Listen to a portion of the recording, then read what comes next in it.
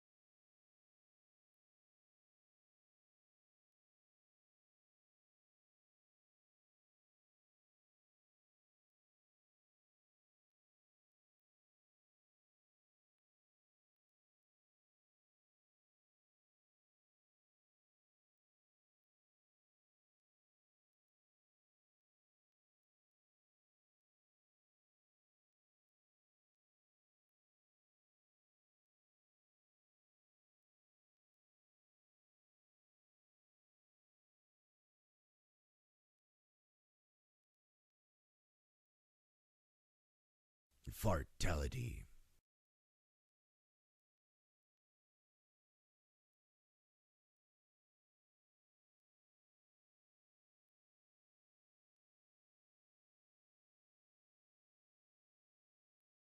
Good morning.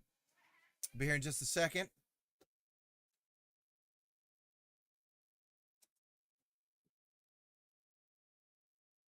I'm alive.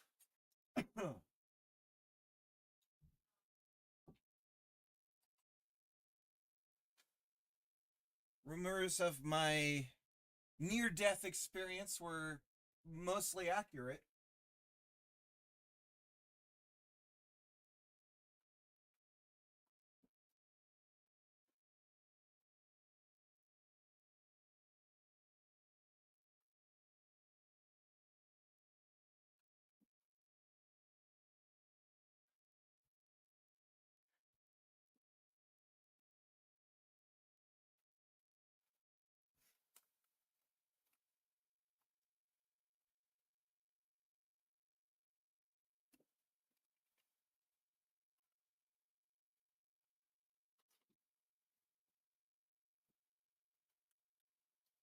All right. Just getting a belt on.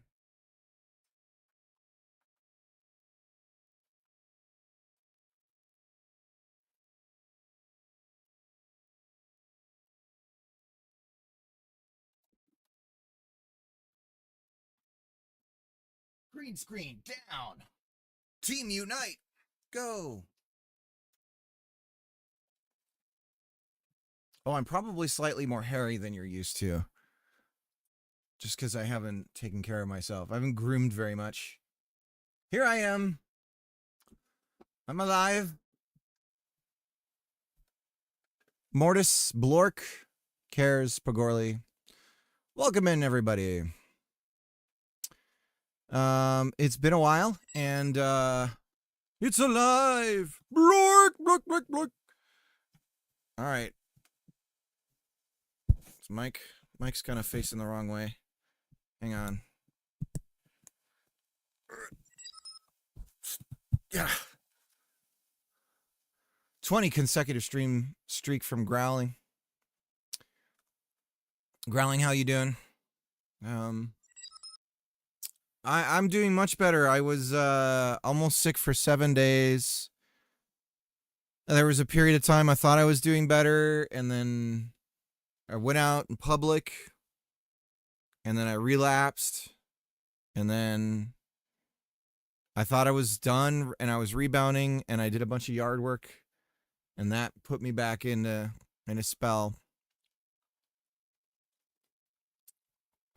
I'm trying to keep up on the yard work, and the worst possible time I get sick when everything's starting to, double down for spring, weeds spreading and stuff, and I can't stop it.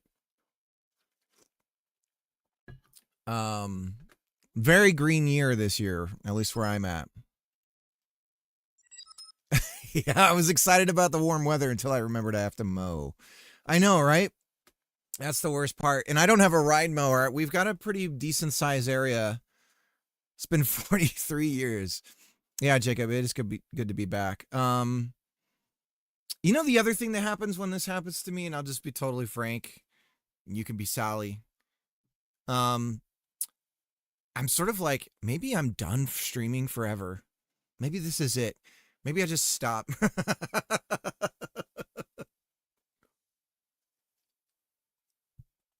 I mean, the dream, anybody who works in tech long enough, the dream always is to just live on a piece of land and like cut trees down and build a house out of lumber and just basically live a life of solitude and being alone. But that's not what we're going to do. By the way, why is my shoulder... It feels like my shoulder is partially transparent, but maybe not. I don't know. That's weird. I can move anywhere. Whoa. All right. Let's get started. Let's see where we are at. I believe we were able to cut down branches, and we were able to put them into the chipper.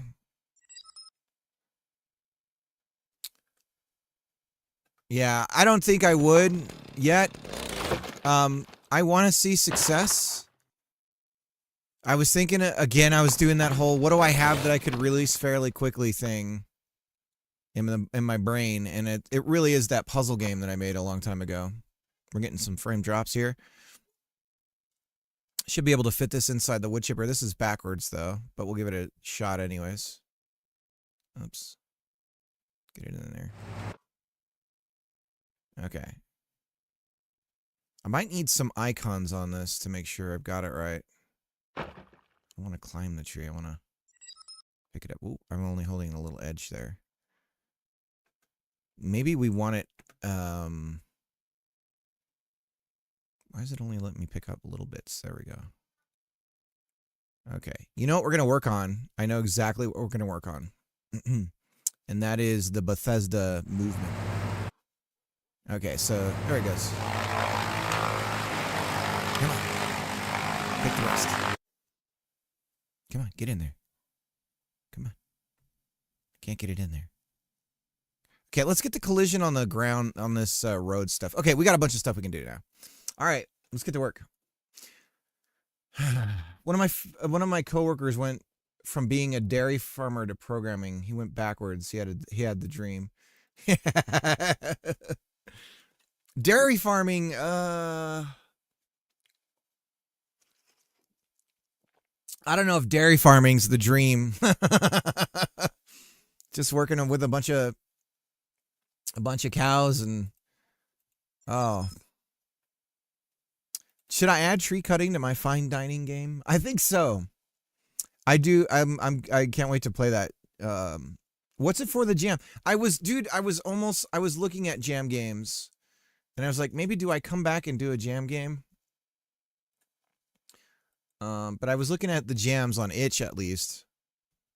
And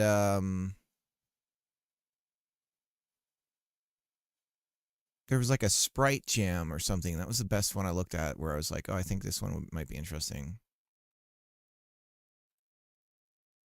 This one, Spring Jam, 2D Jam. It has pretty good rewards for second, third, and first. All members of the jam get 1-year membership of this craftpicks.net thing, which has a bunch of stuff. So, and then you can get a gift card to $15 or $10.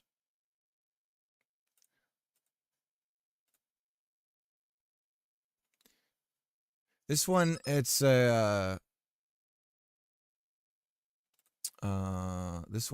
a streamer I watched and was doing something to do as I flipped about waiting for Steam approval. Oh, nice. Yeah, I've got my I finally have my identification stuff. I was having some issues with that. I have that in order. And so now I will be able to do Steam pages as well. But I do need to get a business account going. 7th Vaultacular Game Jam. 25 days. Oh, okay. Theme is add something a little silly.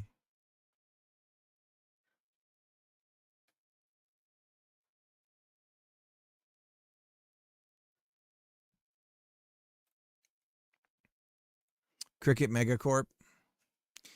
I was realizing I should have probably structured it as a and it might be hard to change it now.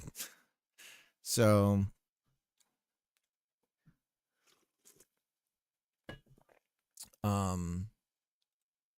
is it a C Corp? Is that what I was thinking? Or S Corp? I might want to have structured it as an S Corp because it's easier to, if you have like a payroll to, like say I do a game with somebody and we put it on Steam and it's like, okay, now I need to pay them something, but it's awkward without money coming in. Yeah. So I may have to, like when I S Corp, it's a new company name thing, and then I fold the LLC into it, and the S Corp ends up having a different name, which is probably likely what would end up happening. So, but yeah, it sounds like that too. That's kind of like a horse before the cart kind of thing. Made it seem pretty simple. Yeah. And he didn't have to change the name. Okay.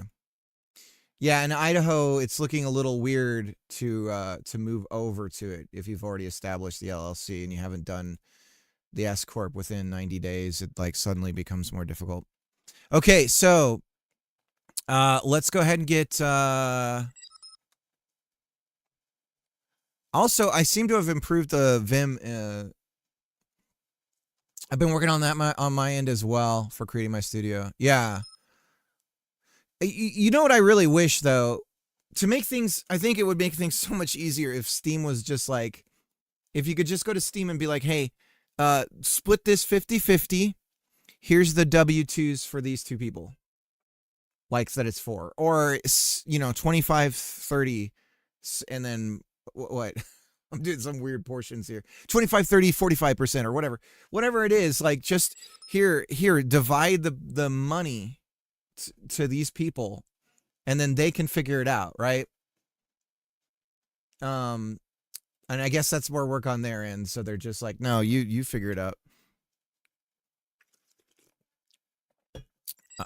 With the cut they take, that would be nice. It would certainly be nice, yeah, because it's I think it would create more collaborative experimentation amongst people. I think the depending on what country you're in and everything, they can be really prohibitive to sort of entrepreneurial endeavors that might be an indie game. It depends on the country, of course. I mean, there's certain countries in Europe where it's like, fuck, they'll pay for your indie studio basically with a grant. It's like, oh, we're this weird country that the only thing we produce is like lamb's wool. So like, here's a grant because we need the arts and everything. Okay, so I'm being so derogatory to a fictional European country.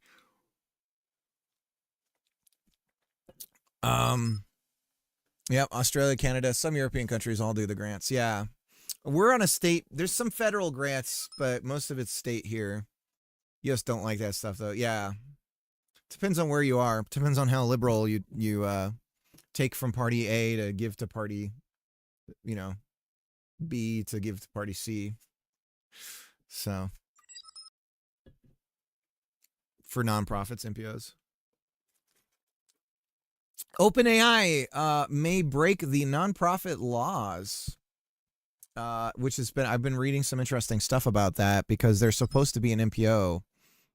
And if they can transfer from an NPO into a corporate like thing, that could have seriously break things, because then any rich guy can squeeze into an NPO and then shift it over, and yeah. US doesn't like you unless you're top 1%.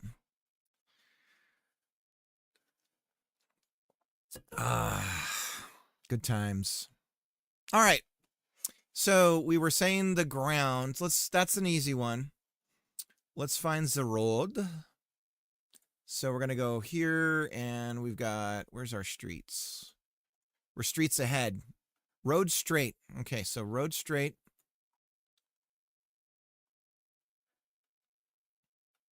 So we've got all these road things. So here's what I'm going to do. I'm going to re-import them.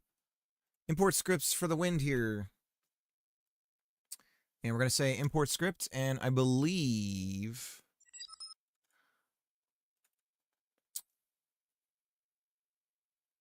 I'm calling it stage elements. Let's see if this does it.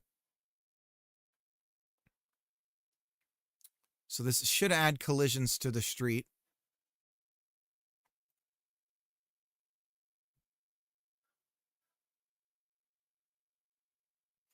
Nonprofits are kind of scammy already. I think they're meant for good, but people abuse it. As long as you don't invest back into the company, it's like okay to pay your CEO. Yeah.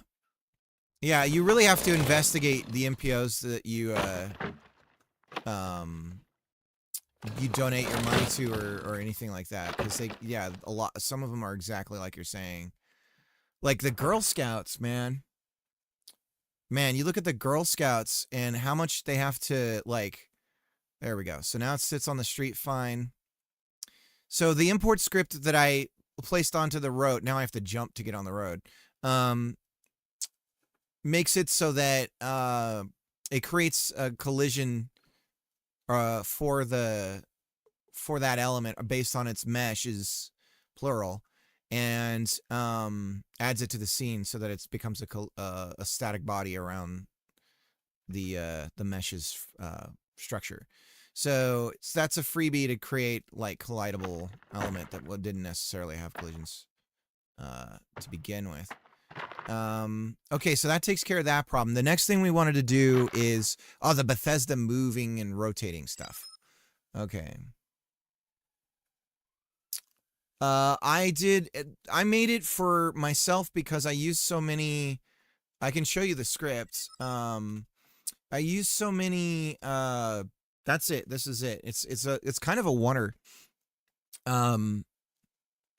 Johnson, how's it going? I use so many borrowed assets from like for jams and like like K-Kit assets and stuff like that, and I just needed a fast way to just create collisions for elements and stuff like that. Let me do a shout out to Johnson. Johnson, I haven't been able to stream at all lately. How's your stuff going? I haven't been able to watch people stream. I've been full-time dadding it. So my stream schedule, we got to figure something out here, guys. I'm kind of compressed to the limit at this point. I was almost considering just streaming playing games like an hour a day and calling it like afternoon delight and just playing games in the middle of the day because that's the only time I could probably squeeze something in. And if it's only for an hour stream, I don't know how much game dev I could do anyways. But here's the deal. So Monday for a while, Monday, Tuesday, Wednesday, and Thursday are out of the question for doing game dev, at least in the daytime when I'm mostly conscious. And the reason is my wife's working.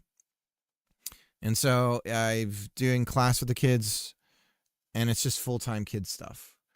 And so I got to keep them entertained and going and building decent humans to live in the world. You're welcome. And then I'm left with Friday, Saturday, and Sunday. The problem is the kids are working all week, and then they have to have a weekend. So now it's Friday. So maybe Saturday and Sunday, but then it's like I feel like if I work on those days, I'm stealing the weekend from the kids, and I'm missing their weekend too. And then the whole, like, my brain goes to my deathbed and, like, looking back on my life thing. I don't know. So, anyways, I got to figure something out here, guys. Is what I'm trying to say. But there's going to be a period of time for a while where I'm not going to be nearly as active as I was, even before I was less active. So, I'm sorry. It's just kind of what it is.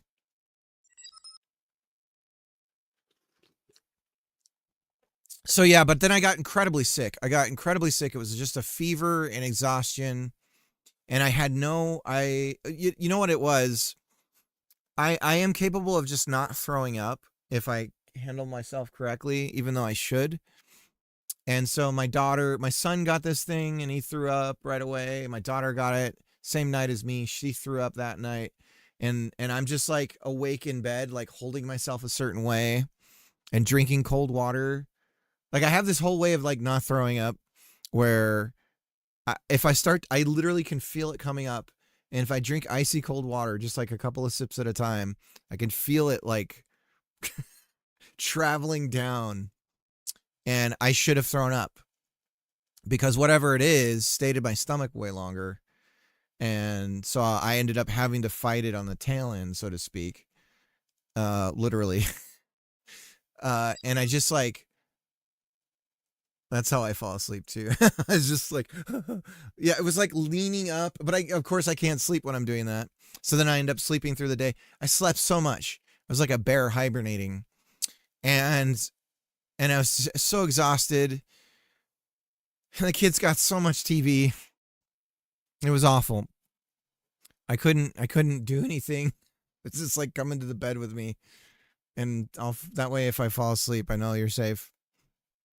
Um, but it was bad, and I should have just thrown up. I know that, and next time I'm just gonna let it happen. Um, Jacob was in the Discord. He was like, "Oh, uh, do you have? I don't know. There's some name about like not wanting to throw up." Um, and I was like, "Do you mean the perfectly human and relatable desire not to go through the experience of throwing up?" Because yes, that's what I have. Um, but I think throwing up is an important part of the body's functions, and I should probably have let it happen. Um, but the thing is like I've been throwing up so much lately, and in hindsight, the other thing is, so what oh yeah, we're gonna do the Bethesda thing. The other thing was, so this is on Freemove. So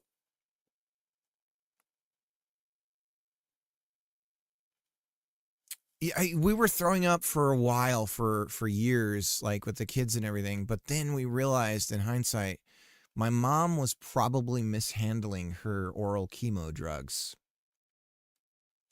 and so she would throw up into like anything, any container or whatever. But we theorized that somehow my wife and I'm guessing it was a laundry.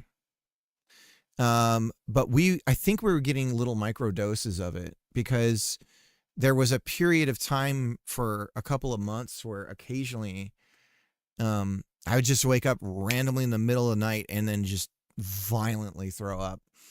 And I'm pretty sure I was getting little doses of some of that radiation. Probably not the best thing in the world, huh? I rarely throw up, but when I have fevers from butthole complications, I did suddenly projectile vomit all over my bedroom floor. It was a blast, steam cleaning my carpet with 103. Oh, God. Yeah, and this was like bright pink throw up for my kids. Both of them, it was like bright pink. So I don't know what that was about. And they both threw up at totally different days, separations from each other and stuff. Enough about throw up. So yeah, we really need to formalize the rotation stuff here. This is weird. I need you guys' input on controls, because I'm doing something that's like not a standard thing in game inputs, as far as I know. So the way that I was doing it, so you hold with Q. I believe it was Q. It's either Q or E. It's funny as a single adult to think of all the possible ways I'm going to go out with no one to check on me.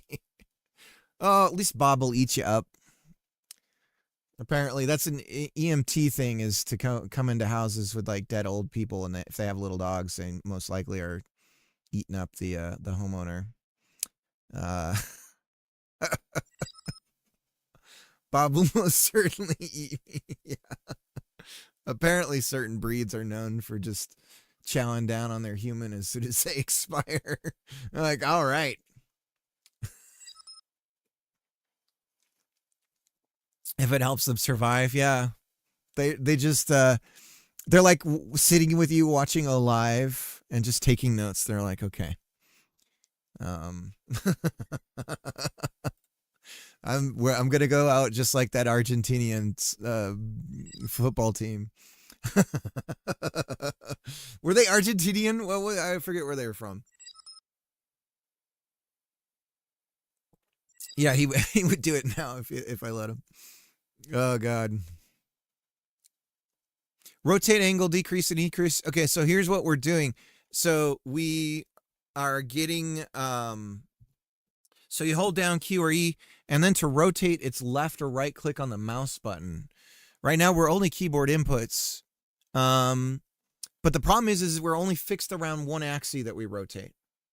And we actually need to be able to rotate around all of them, right? So to not have gimbal lock. But what I think I'm going to try and do is see how far we can get away with only being able to rotate on another axis. So right now we're doing the Y. And so I guess we could try the X, or would it be the Z? See, I'm not sure what the relativity here is in terms of how I ended up doing this. So we need some modifier. So I guess if we hold down Control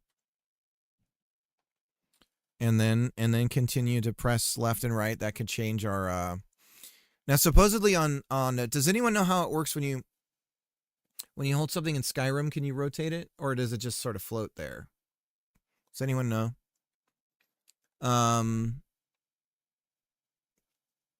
So let me add like for Control.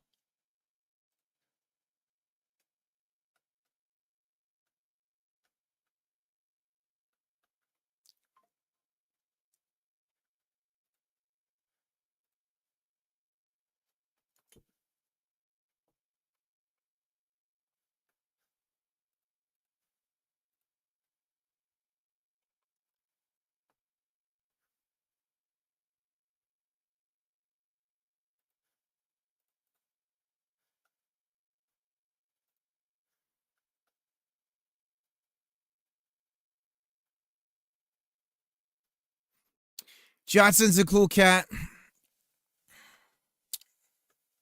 One of the cool ones, the cool streamers.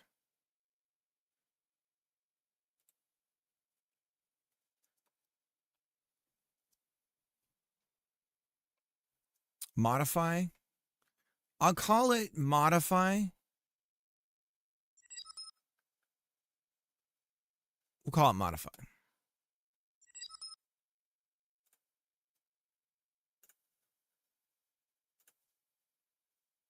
I'm mad at Skyrim for re-releasing 50 times. Haven't played it since the first time.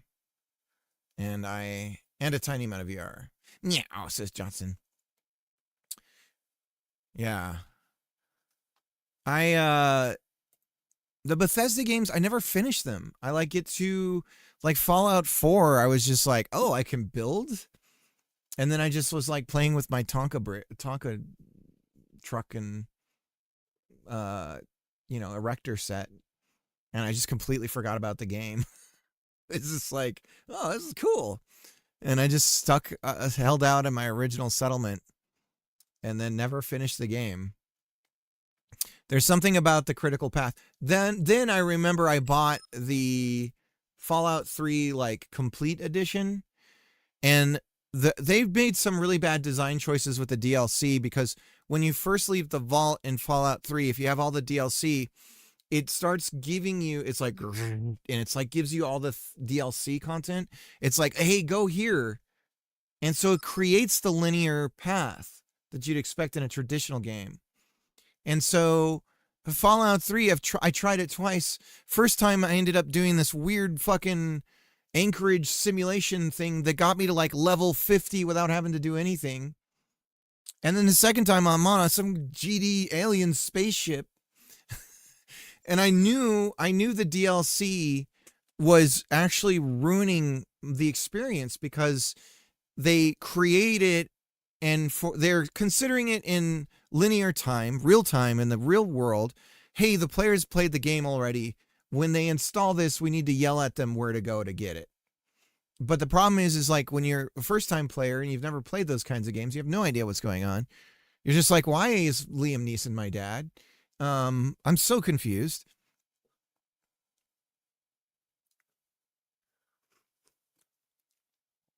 Was it Liam Neeson? I have a very particular set of skills. I made it like 15 minutes into Fallout 3. I have the attention span of a squirrel.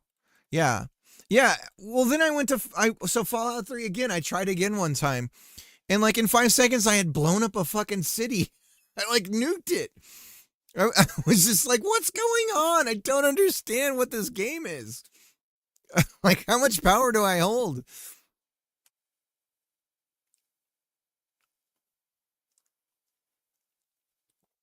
Oh, the Liam Neeson Naked Gun movie. It's pretty true to the source material. It actually, surprisingly, It's good. There's some really good moments in it that haven't been spoiled in any trailers or anything. Um, and if you haven't seen, what is it called? Tribeca? Something Tribeca? What's it called? There's a TV series that was Naked Gun. Something Tribeca. It was a television series that was like Naked Gun inspired. Angie Tribeca. If you haven't seen that, check that out too. One of my favorite things about that show is there's a German Shepherd dog that is treated like another cop. And there's a scene where it's one guy's behind the dog, and the dog's at the computer with a mouse, and you're seeing it from behind the side of the screen, and he's like, "No, right click. He's like, "No, delete job. He's like getting all upset at the German Shepherd because there's like a print job that he has to restart or some shit. It's so fucking funny. And then I remember another scene where they're like sneaking up to this house and someone's cell phone goes off, and everyone's like looking at each other whose cell phone it is, and the dog like picks up the cell phone and like puts it up to his ear or some shit. It's good. Base 44 super What's agent. this? The next thing you Oh, is this the fart thing with Liam Neeson? Oh no, not Liam Neeson. Who am I thinking of? The original. Let me see.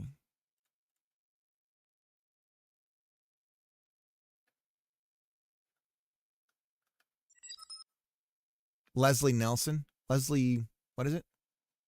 What's the first guy? Nelson. Liam Neeson. It won't play for me. I don't know. Something's going on here. Let me exit it.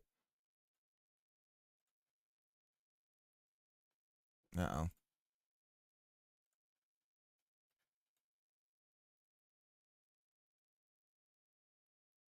Oh God, this was good. I love the one with I'll put it on. I'm gonna get flagged for this. Come in. I work with him. Okay, but you gotta go though. Sorry, guys. I could just... There he is. Hello. Hi. That's Warwick. He's just going there. Oh, yeah? Yeah, we actually worked together on Star Wars The Phantom Menace. Oh, yeah? Yeah, we had a scene together. It was cut, though. Do you remember? Okay. Thanks for seeing me. I'm here because I'm thinking of doing some comedy. Wow. I'm a funny guy, aren't I?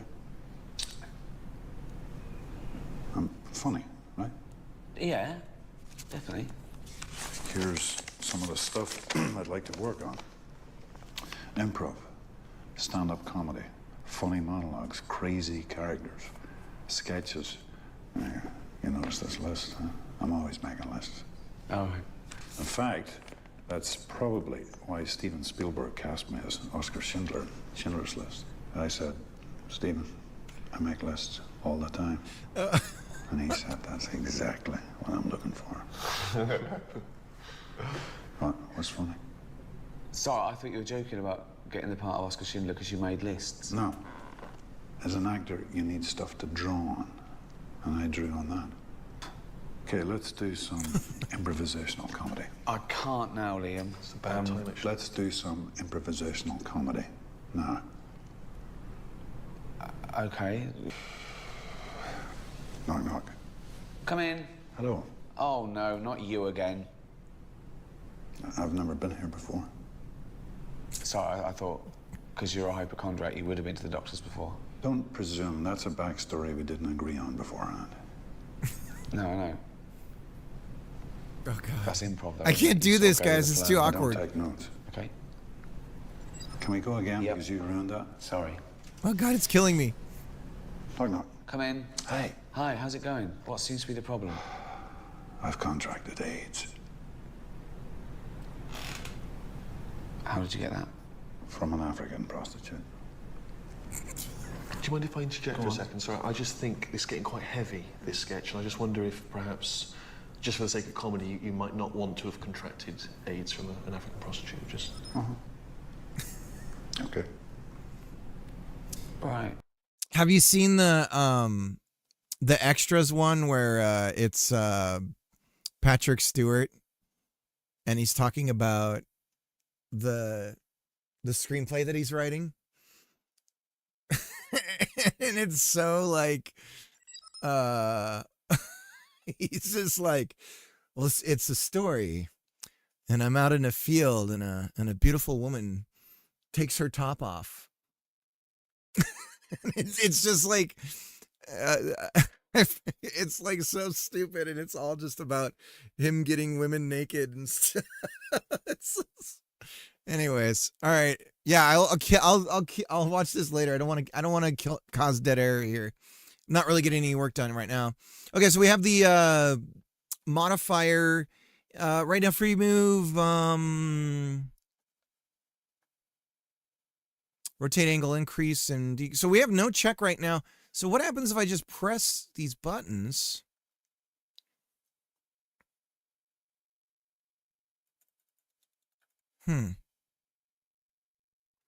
That's weird. Let me do a print statement.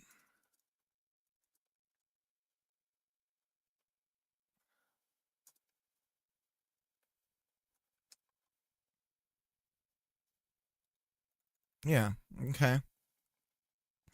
This is some crappy shit I'm doing here.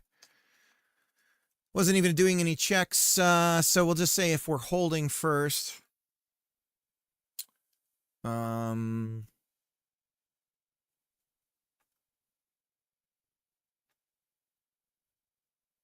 Hold joints.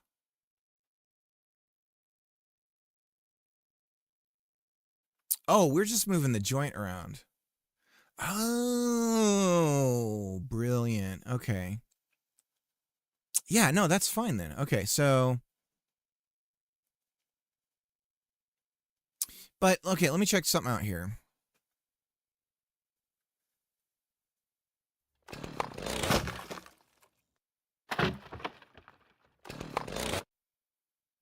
So I'm going to hold it down for a bit and then pick this up. That's why this happens! Whoa! So that's why we're getting that problem, guys. Okay. Bug found. Bug found. So when we first pick something up, what we want to do is we want to snap the whole joint, match the, whatever we're picking up, we want to match the whole joint, everything, to the position of the thing we're picking up. So we're going to say, whole joint. We don't want to move the entire transform or the position of the whole joint. Transform is all 3D information, right? The local transform of this node in parent space relative to parent node. So I think we can go whole joint transform equals whatever we're going to set it to. So this object here, who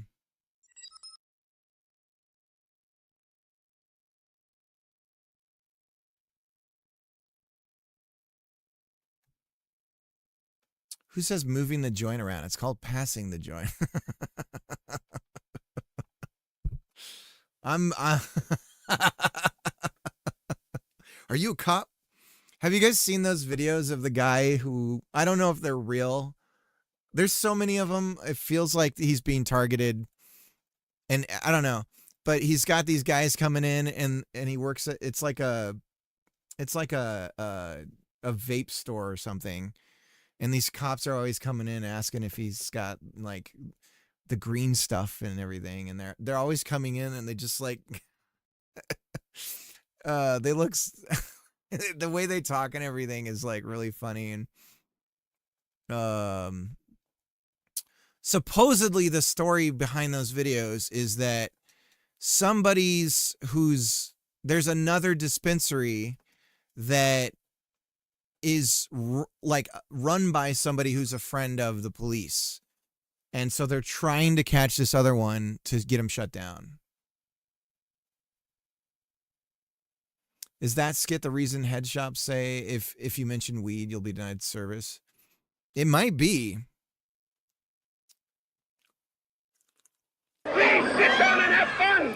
Just Solid sit down and skate. have fun, man. Metal grind.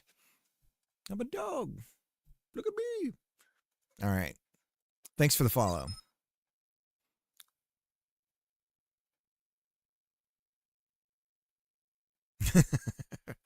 It's some good stuff. So we have to get the path, but we have the object. Whole joint. So we're just moving the joint. We're just passing the joint. My bad. We're going to match the object's transform. All right, let's see what that gets us. Christ. Where did it go? Okay, so that was a disaster. I don't even know where it went. I think it went flying up. It obviously hit something on the way up.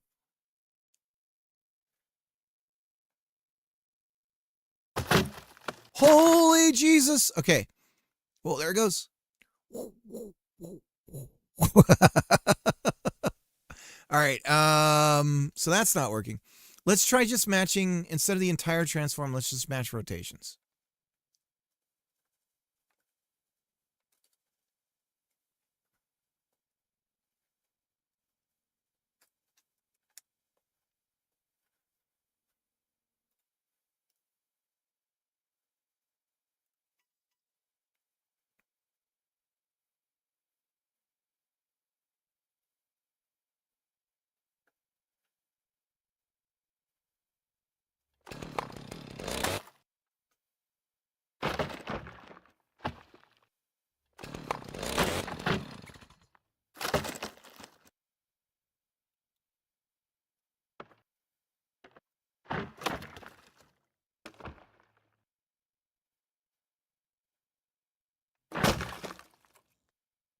Damn, I just kicked the crap out of that tree.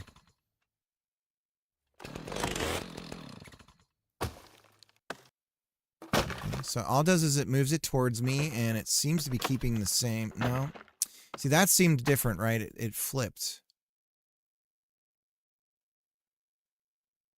See, now the laser's not. See, that seemed right. It seems better. Can't get the laser to show up on this one. What do you think that's about? Come over here.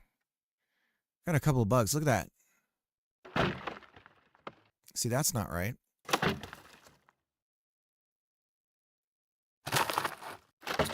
Okay. Well, we have the beginnings of something of an understanding.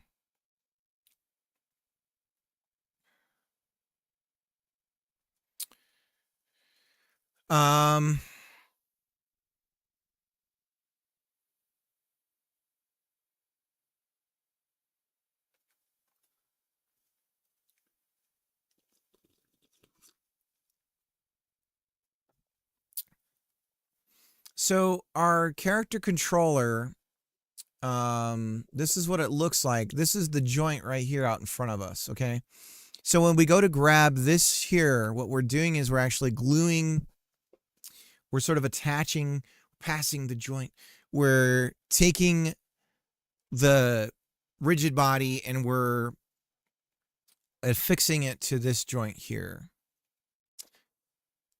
And what we're finding and what we may be finding is maybe the default direction of the joint is wrong. But basically, the joint is what we're rotating that causes the object to rotate, okay?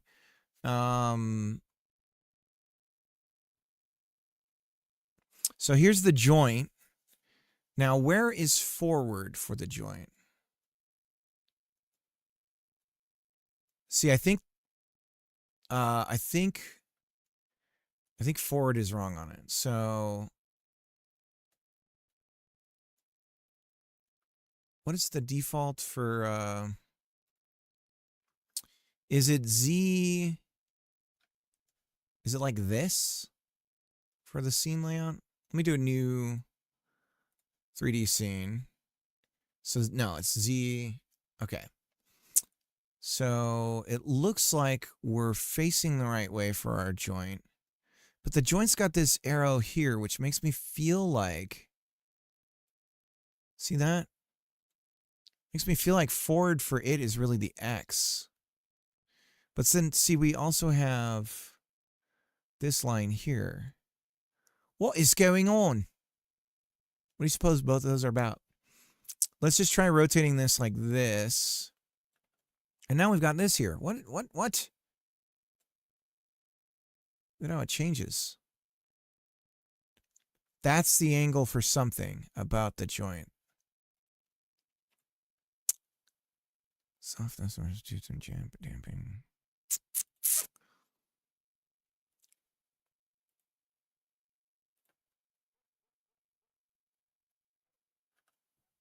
Distance. He's going the distance. He's going for speed. So upper distance pushes it that way. Z. What happened? Lower distance. Why do we shrink? What? Why are we going away? Why?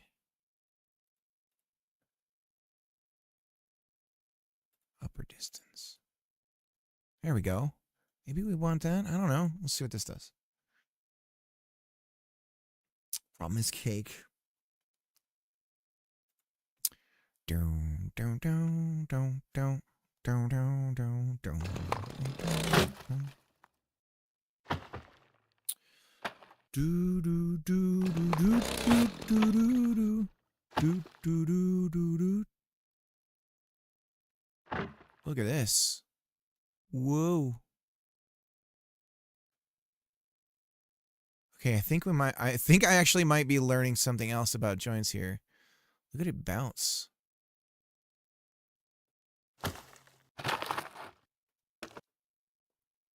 Well, Wallaber gave me that link for that tool for visualizing things. I think I'm going to start. Look at that. It clearly has like a clamp of a range. Now. But now if I pick it up. Whoa. Whoa, I just did a kickflip.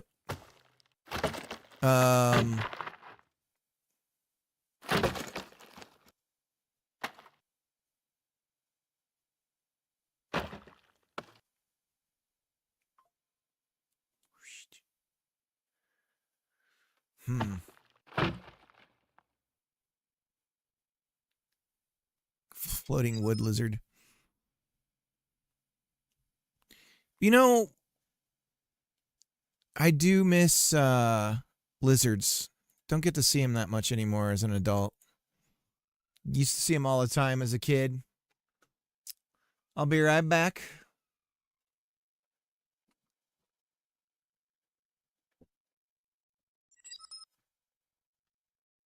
Just for you guys' entertainment, let's cut that tree down.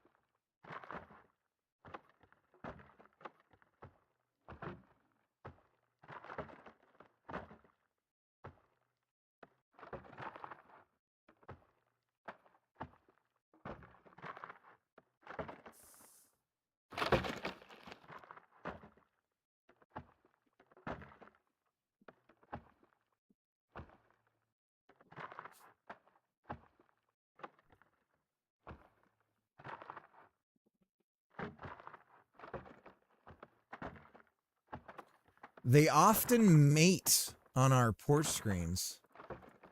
Damn, they like everyone to watch. Check it out, guys.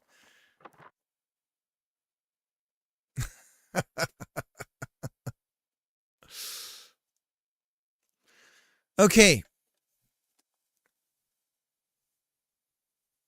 There's two things. This has happened to me twice now, coming back to this and then remembering some things here. Thus, I should be using a board of some kind with notes and goals. What we need to do here is we need to take the entire thing that we're picking up, because it's a bunch of just like, the problem is, I've said it before, but we have a bunch of objects that are not parented because they have to not be parented because they're rigid bodies, because of Godot physics clash with how this Godot scene tree works. Oh, that's cool. So we have to kind of do things a little. Yeah, oh cool. my goodness! You think it's raid cool? from M. It's cool. M. It's not cool. Do a shout out to M Audio. Shut up and take my money. Medusa, thank you for the gifted sub. Give me wood. Oh my goodness! Well, welcome in everybody. We're working on a tree cutting simulator thing. Have you seen the wood chipper, M? I'm feeling much better.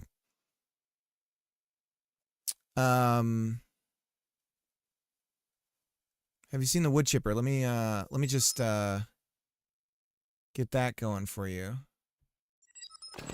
Cut this down real quick. Pay no attention to the slow speed of the gravity. Okay. Pick this up. Bring it over here to the wood chipper. Plop it down here. Let me pick it up here. And we're going to try and feed this into the wood chipper. Get it in there. Come on. So some of it got chipped. Grab this little guy over here.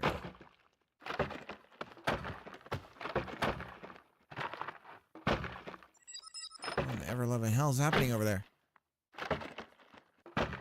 Pick this guy up, bring him over here. Shove him in there as well. So the wood chipper is a work in progress. Maybe it'll chip. Come on, not in front of my friends. Not in front of my friends. Wood chipper.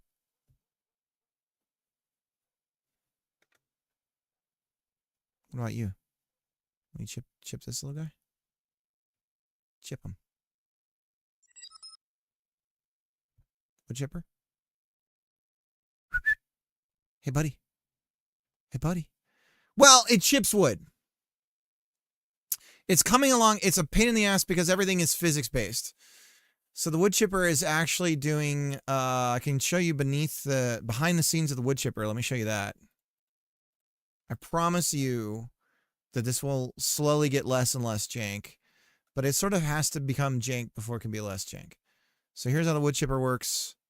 Essentially, we just have this animation player going, and it's literally just moving this collidable area 3D, and it looks for collisions with the lumber.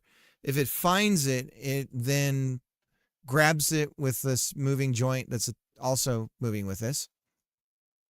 And then as it gets pulled through here, it hides the mesh. And then as it finally comes all the way to the end here, it destroys the mesh. And it disables the mesh collisions and stuff too as it's coming along. It's a whole thing. So, but it's coming along. And if we run the visible collision shapes again. It's so funny. The first time I tried it, it was perfect. So here it is in action, like behind the scenes. She's a little picky. She's a picky wood chipper. I'm going to do a little hack here. And just jump.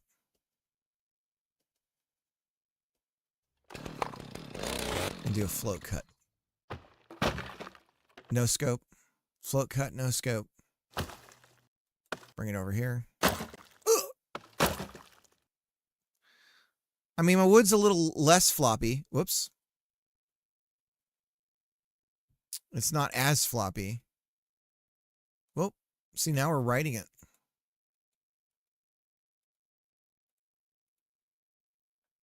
There we go. Get it in the hole. Come on, Cricket. You've been here before. You can do this. Just gotta get it in the hole. Get it in the hole.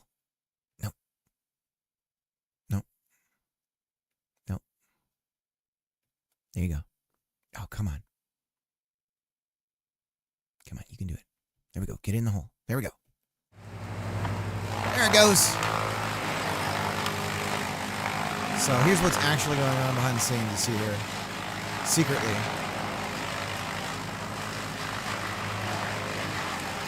So you can kind of see the issues.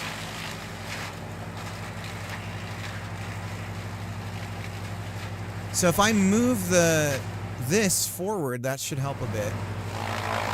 Because it'll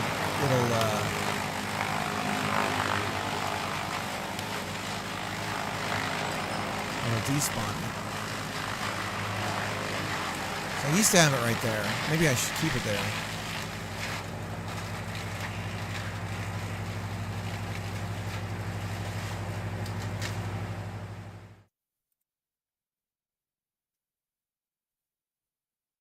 This guy, I don't know what happened to you. Look at that. He's just in the wrong spot. So we definitely have some issues like with bounding boxes and collidable spaces and all that stuff. So it's supposed to be a little tube that it's going through. But we're getting distracted. There's a lot to this that's going to get us distracted. Check back in a bit. Okay.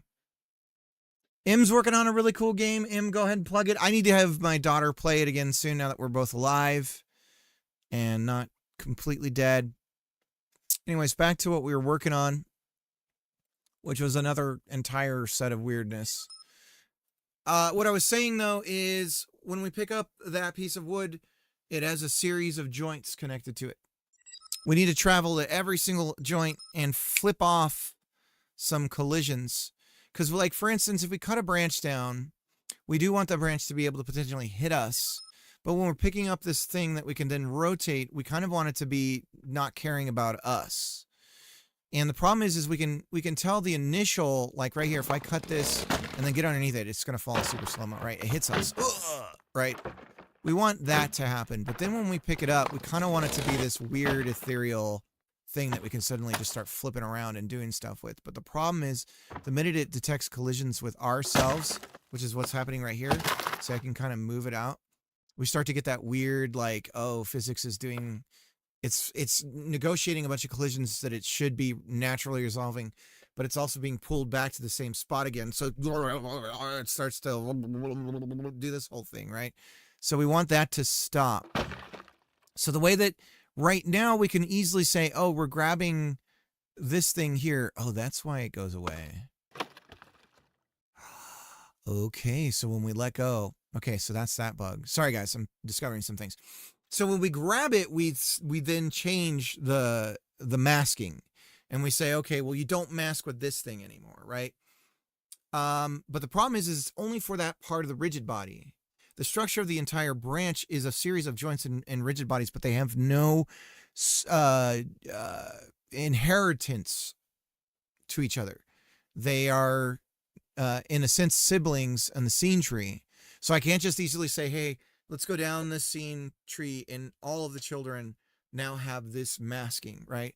So what we need to do is we actually need to travel through the joint connections. So that's what I'm going to write a little script for here to do that with. So when we pick something up and we say, hey, this is the thing we're picking up, we're going to have some sort of function that says, so we have hold here, which is a hold function. So yeah, I had started doing this lumber hold. So let's see what lumber looks like. Lumber has a hold function, and we're changing the collision layer here. Okay, so what we want to do is we want to go to each piece of lumber, to all of its joints.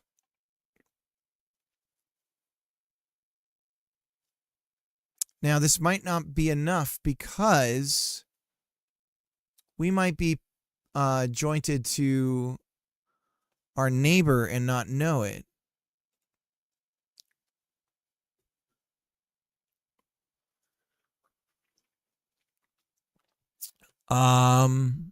So like right now, if I print out the joints,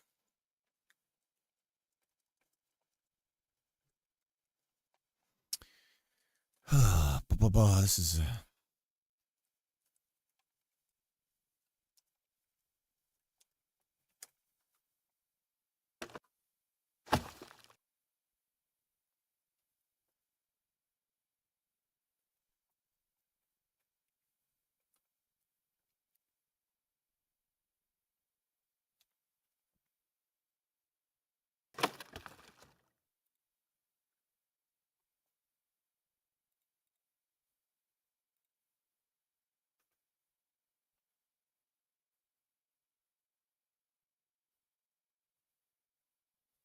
it's also an export.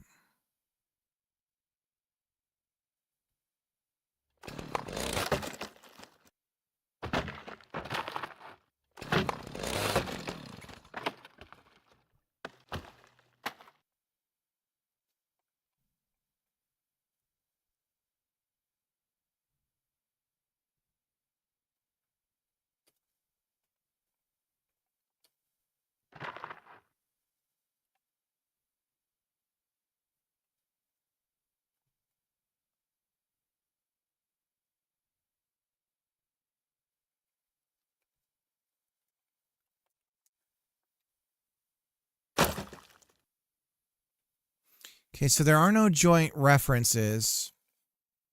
So we need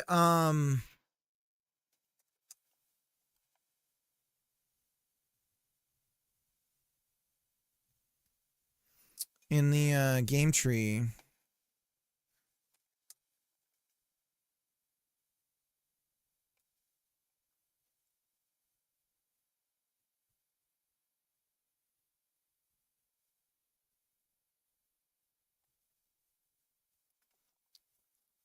Because it will, like I said, it's not going to be enough to...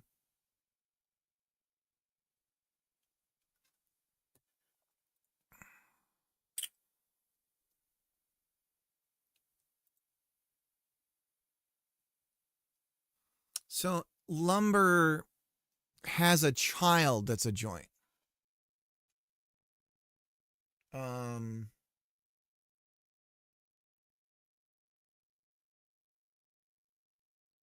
So here's the problem. Let me visualize this more, because I might not be explaining. Knock, knock. Come in. Hi.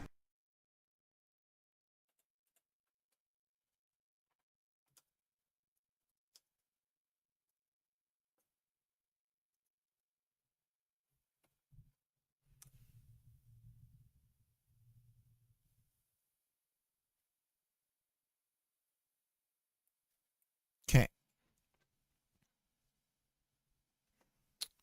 So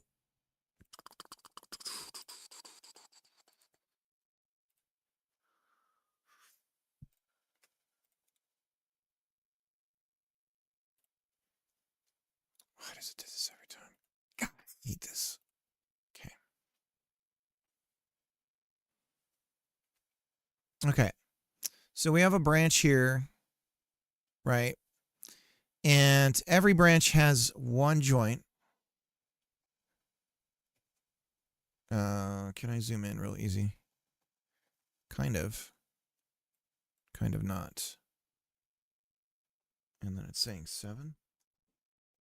So if I hit 7, how do I change the size of them? I'd like to change the width of my stroke, maybe. So there's one joint. And it has A, which is itself, and B, which is a neighbor. Okay. So if this is joint, sorry, I'm trying to, if this is joint B, then it's B equals B. Okay. Then over here, this same thing. So it's A here equals B, because it's B. And then it's got another joint here, and this joint is C, and now it's B equals C. Okay. So I can't. Now, here's the problem. If I'm over on C, and theoretically this goes on and on so that, you know, A equals C, and then B equals D. Can I go both ways? So, no. I can't know about this connection here. That's our current problem. So I can only go one way down this path. So what I need to do is have an array of joints and go, oh, okay, you actually have all these other joints connected to you. And I don't have that presently. So, and it needs to be stored on the lumber because, oh, fuck.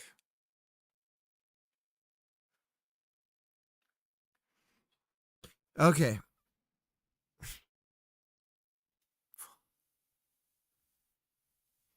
Like to think there was an easier way to do this, but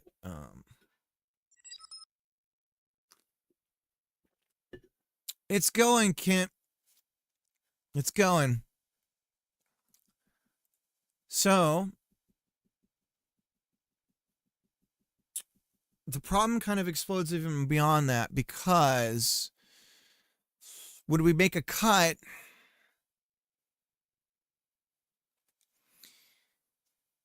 So, like I said, so these are all rigid bodies, right? So, and because of the Godot scene tree and physics, we're at a kind of impasse where these all need to be siblings. So, in a scene tree sense, this is A, B, and C. They're siblings. There's no inheritance going on here. Even though your natural inclination would be to look at this branching happening, you see it on the tree, and go, oh yeah, I can imagine exactly how the scene tree structure would look for this, right? We don't have any of that. Oh, that's cool. Toaster Face Games, thank you for the raid. I'm gonna shut up. Cool. You think it's cool? It's cool. It's not cool.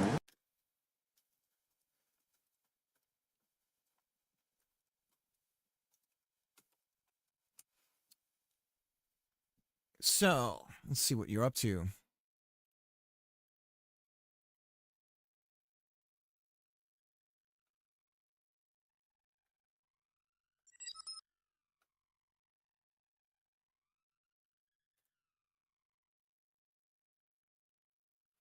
Just finished 13 hours of game dev. My God. What were you, Remember, if you shake it more than twice, you're playing with it. Ah, thank you for the follow, Toaster. 13 hours is intense. You must be exhausted. If you got to run, I totally understand. Let me do a follow.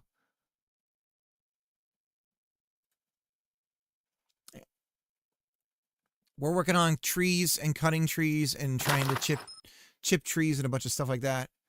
Pedal Rebel VR. Is it a bicycle game? A biking game? Should I say biking? Biking, is that cooler than saying bicycle?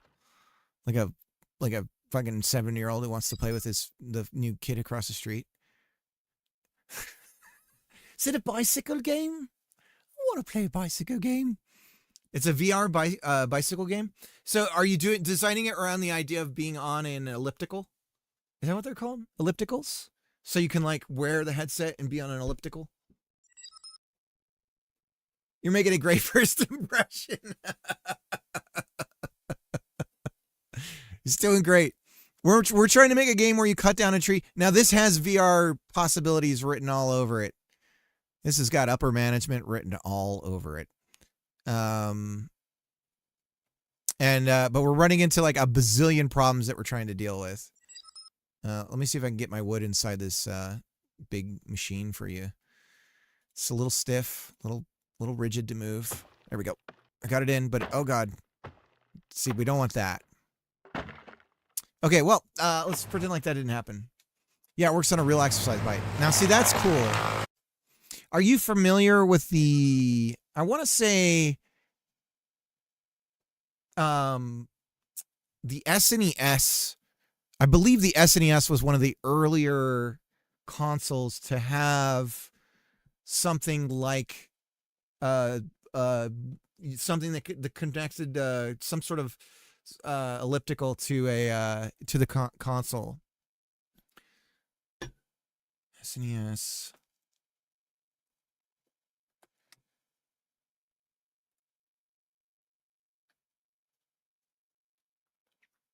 Extra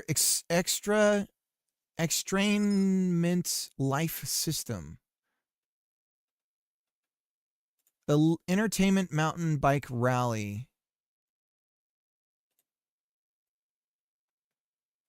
Extratainment God, what an awful name. A few attempts at this. VR is next level. Oh, 100%. 100%. The only problem with VR in workouts is sweating, right? That's the only thing. But I'm sure that VR's got like special just like on headphones when you can change the ear pads, I'm sure VR has like some sort of like the thing that goes, that presses up against you so that it has like a membrane and breathes and stuff like that. Oh hell yeah, straight out of the 90s. Here's the thing. Here's mom on her Extratainment NES game thing. I guess this is what it looked like. But the new headsets are pretty good, and you can get head wraps, so you don't even need to touch your face. Oh, nice, cool. That's awesome. See, that's a good way to. I feel like that stuff like health and education are severely underserved in the VR space. And dude, where in the world is Carmen Sandiego with a VR headset? I mean, come on. Like a geography game with a VR element to it is like awesome. That would be awesome. Where in the world is Carmen Sandiego in VR? Kind of sets itself up, right? Dude, talk to fucking, who is it? Brady Games, or who owns I'm hoping to do some Ed stuff too. Yeah. And especially for like people who are maybe wheelchair bound or something like that, VR is this huge thing. Carmen is coming back too. Yeah. Where in the world? God, man, I wish there was high quality. I've said it before, but I wish there was high quality tapes that have been scanned of the original Carmen Sandiego show, or I guess it wasn't a show first, but that PBS show. They had the fucking cool jackets. I always wanted one of those jackets. You know what I'm talking about? Are you old, or am I talking to somebody who's like, what the hell is this guy talking about?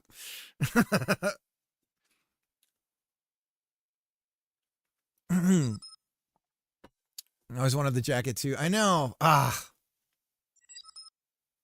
Yeah, I remember the show in the old PC games. Yeah. Now the show, I tried to show it to my kids, but it's like, look at the world is Carmen Sandiego. And it's like the worst VHS. It's like the high speed recording of it that's been recorded over and over and over and over on, like, Days of Our Lives has been recorded on that tape like 100 times before it actually recorded that show at the lowest possible quality setting. And it's like, that's the only reference we have to the show now. I point to that, and then on top of that, it's been, 240p is the original upload quality, and it's just trash. It's like, I can't even tell what I'm looking at.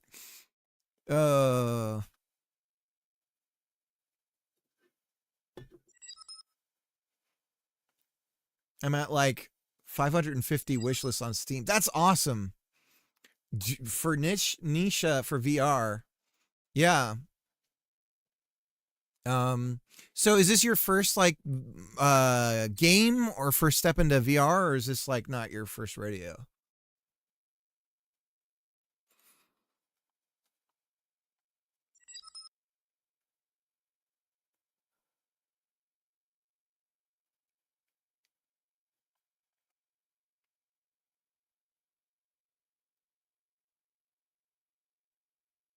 So we know who we are. So basically all we need to do is anytime we're setting a node somewhere else, we're just going to add to the lumber's joints. So why do we do an export here? Let's look up lumber. Do we actually have a lumber scene? We do have a lumber scene. And yeah, we did joints here. This doesn't need to be an export, so we can get rid of that. And then what we'll do over here is we'll just have a function called add joint just to make our lives easier. Or should we call it past the joint? Add joint, lumber joint. Now, do we want the actual joint or do we want... Yeah, I suppose we want it to be the joint.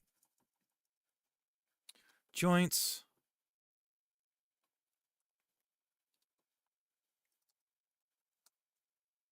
And then it really is just joints. If joints does not have, so not has joint, then we append joints, we append joint. Okay, that's simple. So now we've add joint. So then over here on game tree, we just go over here, game tree. So anytime we're doing this connection here, so not on update lumber. How does it know which one we're doing as the neighbor? Look up lumber joint node B. What about node A? That's us. No, that's the from resource. Kind of doing this backwards, boys. B, it should be A and then B, I feel like, personally. A should be us. B should be our friend. Lumberjack Simulator? No. So here's the pitch. And it really is sort of like, it kind of feels like it should be a VR game, or at least have a VR component to it. One of the things I'm actually struggling with is the fact that it isn't. And so I'm having to do like, how do you physically move things around in 3D space like you're holding something even though you're not actually holding it? So I'm having to do a bunch of stuff that in VR it's kind of free. The problem though is in VR, like, you know, oh, I can pick up a 100-pound branch.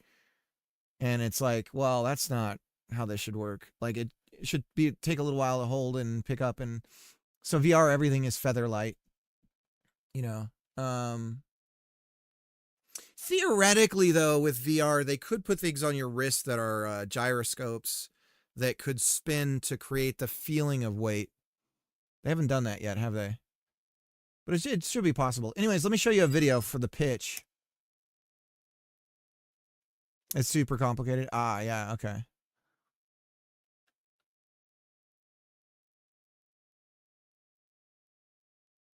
Okay, so here's the video I always show. Taking that to the face. I'd Force rather take it feedback, to the nice. body.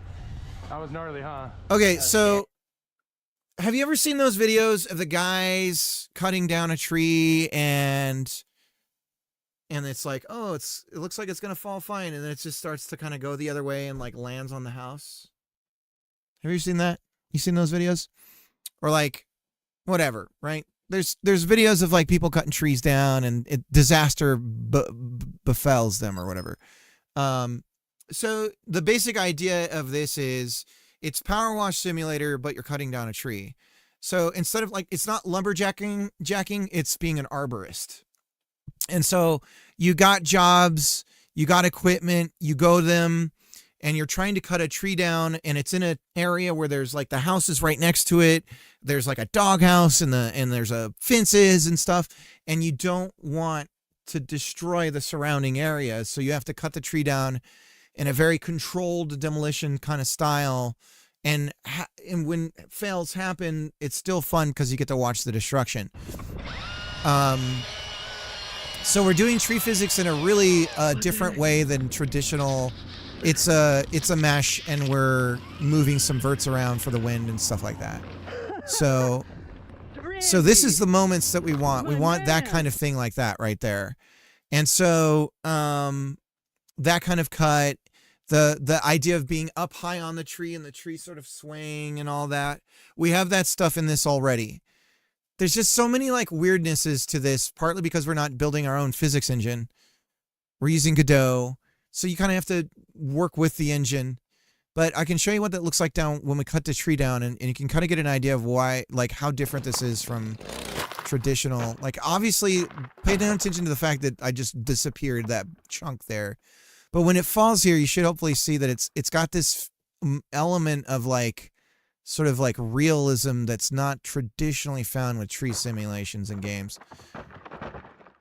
So it's still a work in progress. The joints here aren't tight enough yet.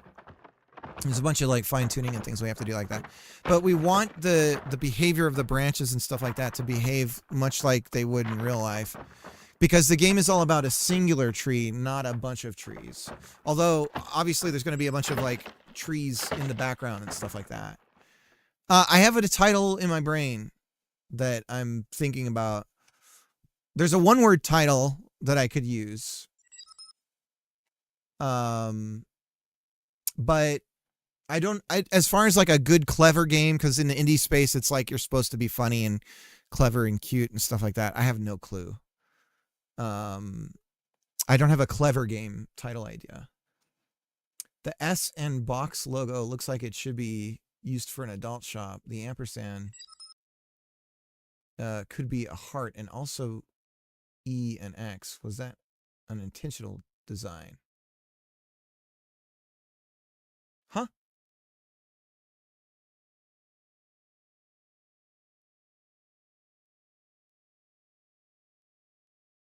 Who are we talking about?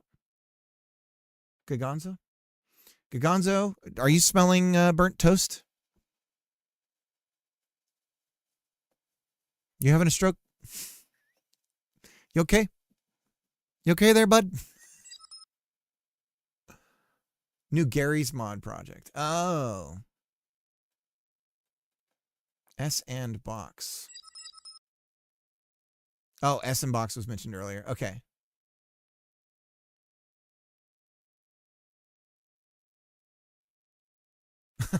Okay.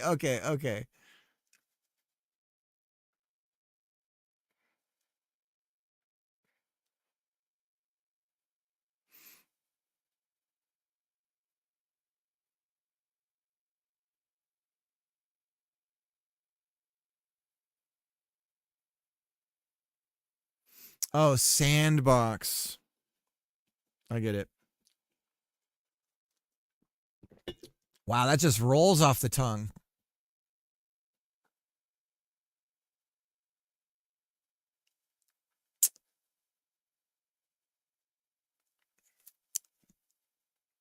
All right. Going back to what I'm working on here.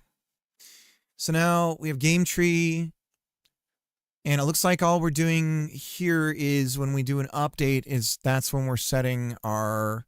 So the danger here is because we're calling this on update, we'll continuously append, but we have that check in our function. This is from, this is us. So we want to do from. This is on a joint. And so we're going to say look up lumber, add joint.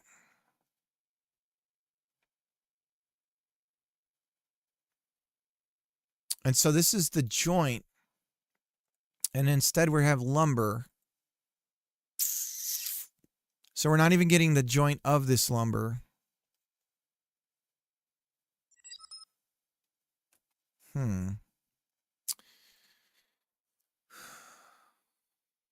So instead of joints,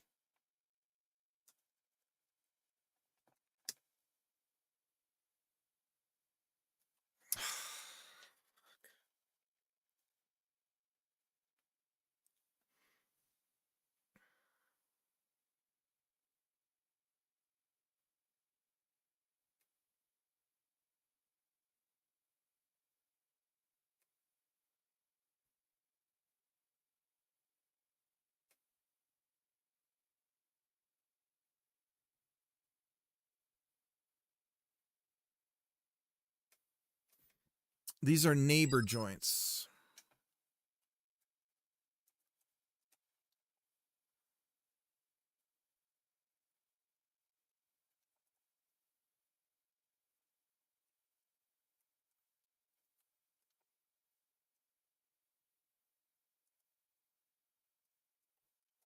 Okay, so what we're going to do then instead is we're going to go over here and we'll do on both sides. And so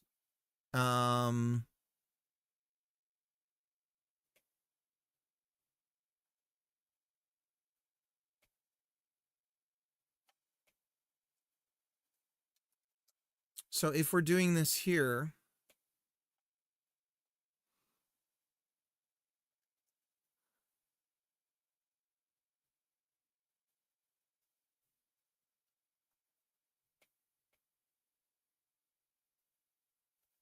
okay, I get it. I get it. Look up lumber add neighbor joint, paste lumber joint. There we go. And then we do the opposite. So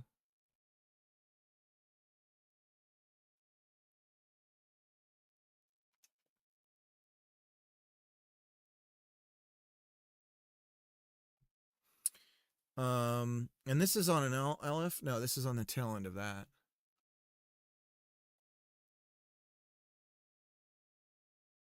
All he knows about is Japanese politics and teaching children. That's not true. It's pretty new.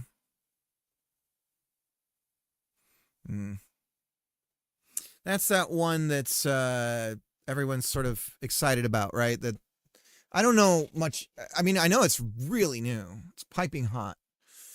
But it also is Steam, trapped in Steamland, right? Or can you release on, could you do release on Epic with this thing? Because this is a Valve specific piece of software, right? For game dev. If it's what I'm thinking of.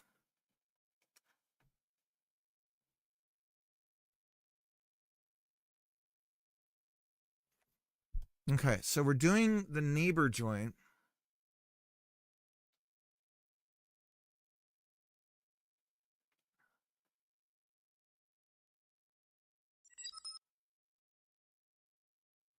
Not exactly. It's Source Engine.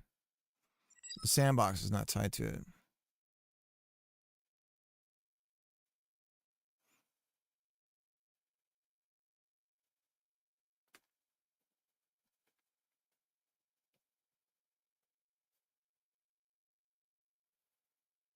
Yeah, it sounds like yeah,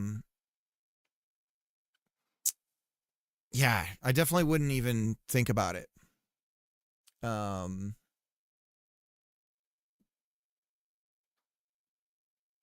mean, is it, they have their own Roblox, like, oh.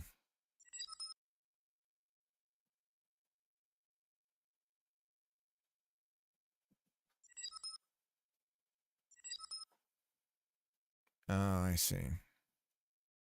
Right, okay. Well, if it's a store within a store, like you got to have Steam and then you got to download the thing and then you can play those games. That doesn't seem like a very good thing. God,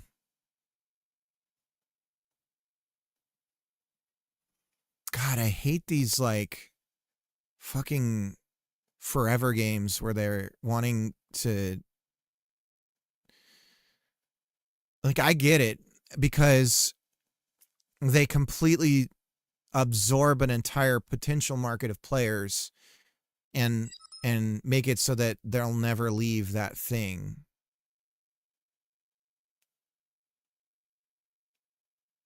It'll work like its own engine, but it does have that environment, yes. Yeah.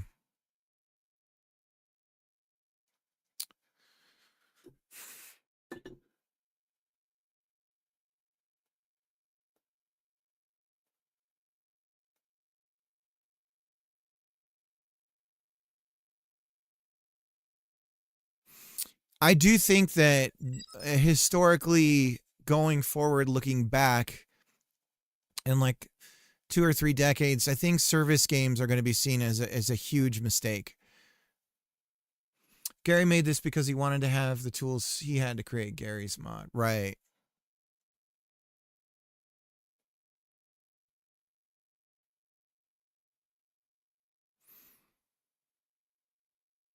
Yeah, I mean, if it's easy and stuff, and you can make cool little things in it, you don't even have to learn how to program or something, then I could see that like really taking off.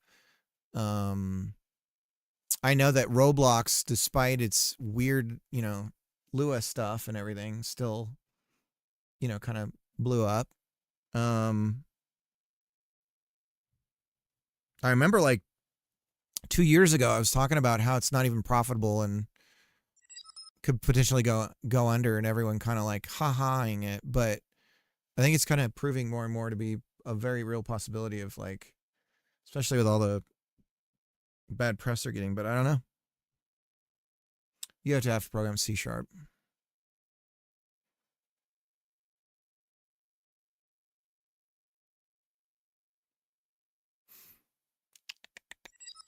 Good old C#. Arbitrage. I can't stand it. I know you planned it. It's arbitrage.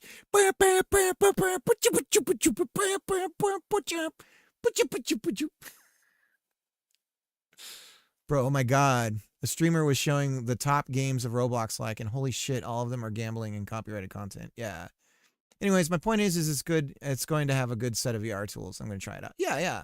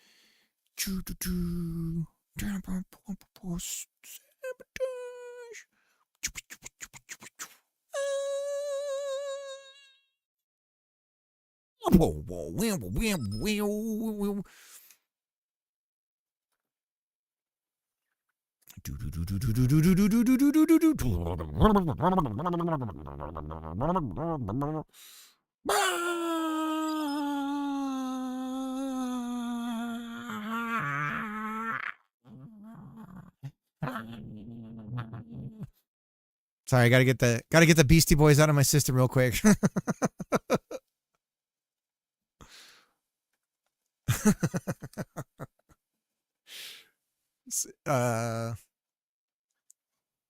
And if it goes well, I will print pictures of all your faces and burn them with a pile of money. But I'll be real chill about it.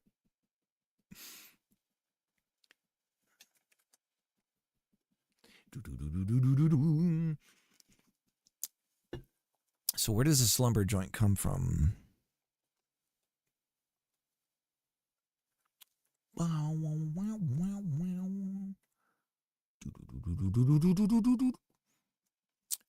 Okay. I think we got it. So all we do is we make sure that we point on both ends of the lumber joint from our neighbor. We say, hey, you got this. And on the neighbor side, we say, hey, you got that. And then it should be cool. Slumberjacks. Do.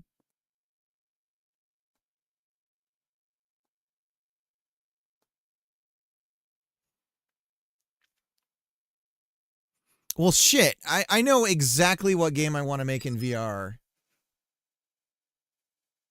I know the VR game. I've got 2 VR games. Both involve making food, but in 2 very different situations. One would be multiplayer for sure. The other one wouldn't need to be.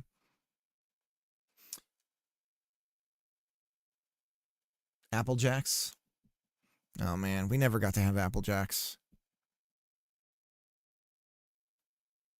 I've told the story before, but being at like my cousin's house and they had like fucking honeycombs, and I was just like, Jesus Christ, these guys are rich.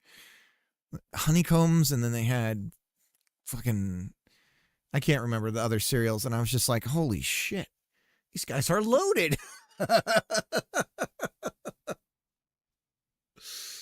uh,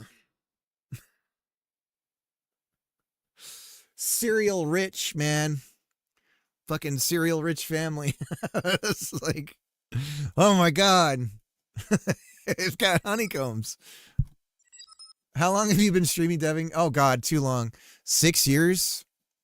6 or 7 years, dude. I've been doing it for a long time. Apple Jacks, Cinnamon Toast Crunch. Yeah, Cinnamon Toast Crunch was another one where it's like, oh man. I think that was another one they had. Cocoa and Fruity Pebbles, let's go. If you want something healthier. Basic Special K. Yeah. Nah, dude, it was always, for us, it was always generic Cheerios. It's like, all we got was generic Cheerios and a spoonful of sugar you'd powder on top of it to try and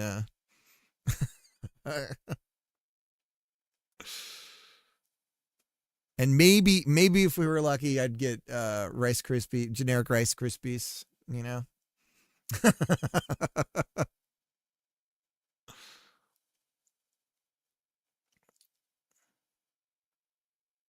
Actually, and then occasionally we would get, which was funny because I think it was actually kind of expensive, but grape nuts. I actually like grape nuts a lot. That's weird because my family was dirt poor and we still had all that stuff. Oh, I don't know what to tell you. Single mom. 3 kids or 2 kids most of the time. Fall in the same as the basic, yeah. Yeah, I just don't think I don't know if she was the best shopper. When it came to like deals or anything like that, growling. But man,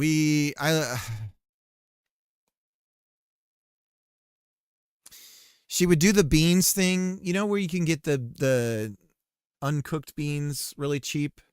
She would do that, and she never, God bless my mom, but she could never hydrate beans and make them taste good like anything. I don't know what she was doing wrong, but it always was just like it was bad. So there's certain staples of food that I can't eat anymore because it just reminds me of being super poor.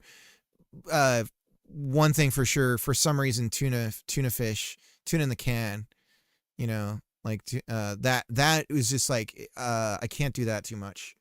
I could do it occasionally, but if I have it more than once in a week, I can't do it. It's just like, because I mean literally that was like, it just felt like every meal. I don't know. I don't know if she was very good like at cooking or like I don't know what the deal was.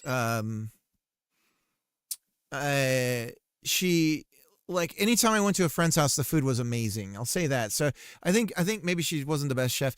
I mean, most of her cooking was base can of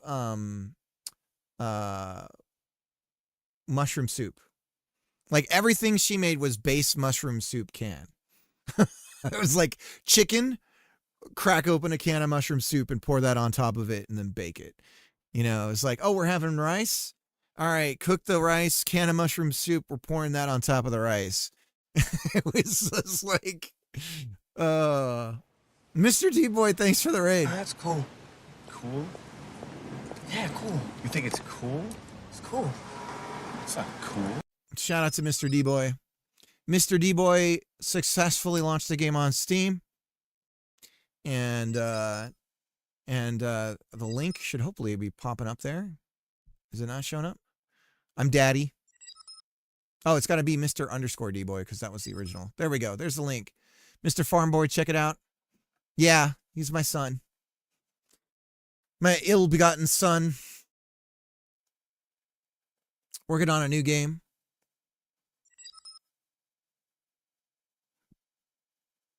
are you still exploring ideas, or have you fallen into something finally?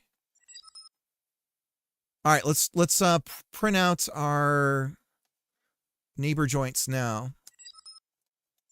and see what we end up with. Did you see what happens? No, I don't know. Almost the same day. I Heart Funny Days. My dad was pretty absent. Yeah, mine too. Invalid access to property joints. Oh, we're trying to go to joints. Why are we doing joints then? Function on init. Oh, can't stand it. So I guess we'll keep this calling joints then. What do we care about joints for? What are we caring about joints for? Line 22, init. Can't stand it. What? Line 22 of what? Lumber joint. Oh, hang on.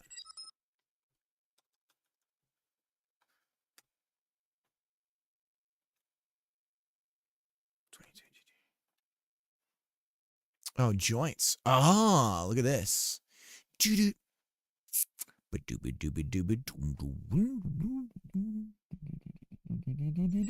We're gonna go like this for now.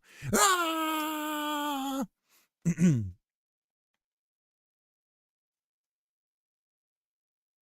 I was a toddler and he didn't share custody at all.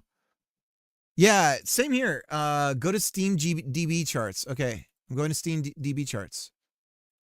Did it blow up? I fucking told you, you son of a bitch.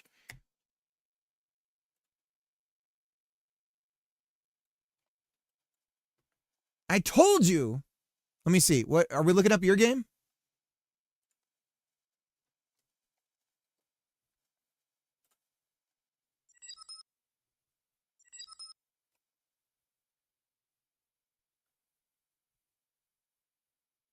$410 people are in your game right now. I told you, Mr. D-Boy! It happened! Holy shit, dude. I'm so happy. I fucking told you. I said just keep doubling down on it. Didn't I? Didn't I tell you? I was telling you. I was telling you. I'm like, this game has everything it needs.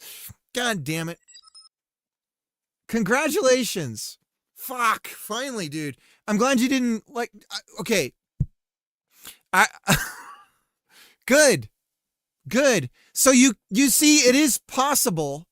It is possible, even after doing everything and releasing the game, you can rebound it. This is fucking possible. Holy shit, dude.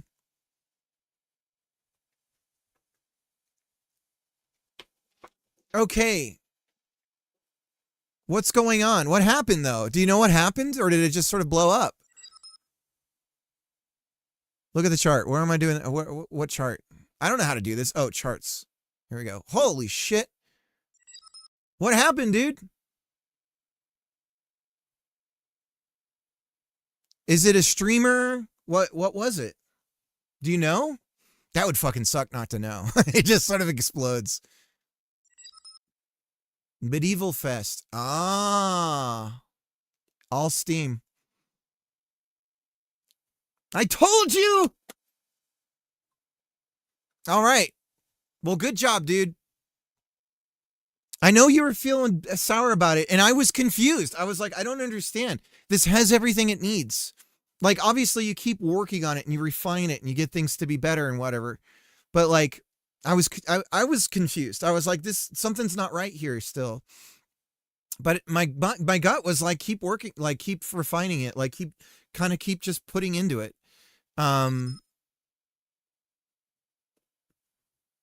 This is awesome, dude. Just keep working on your review scores, keep working on that feedback, keep keep putting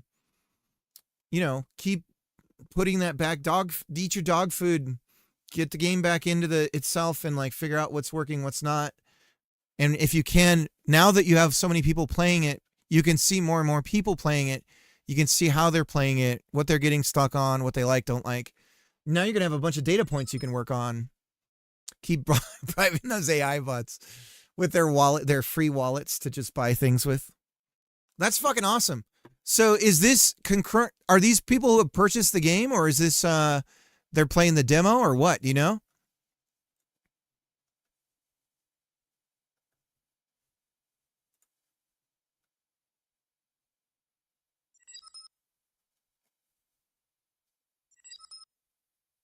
Playing the game as we speak. Dude, that's amazing. Fuck. So, I mean, so the wallet, is it money going up? So you're feeling better about things?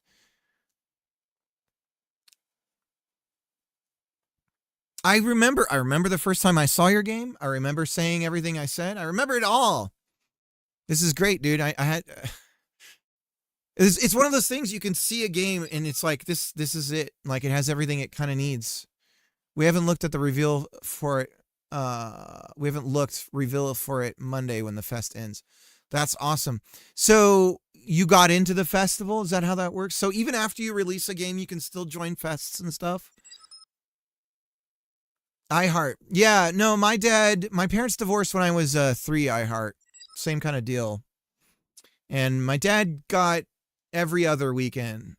And then he left when I was 11. He moved to Brazil.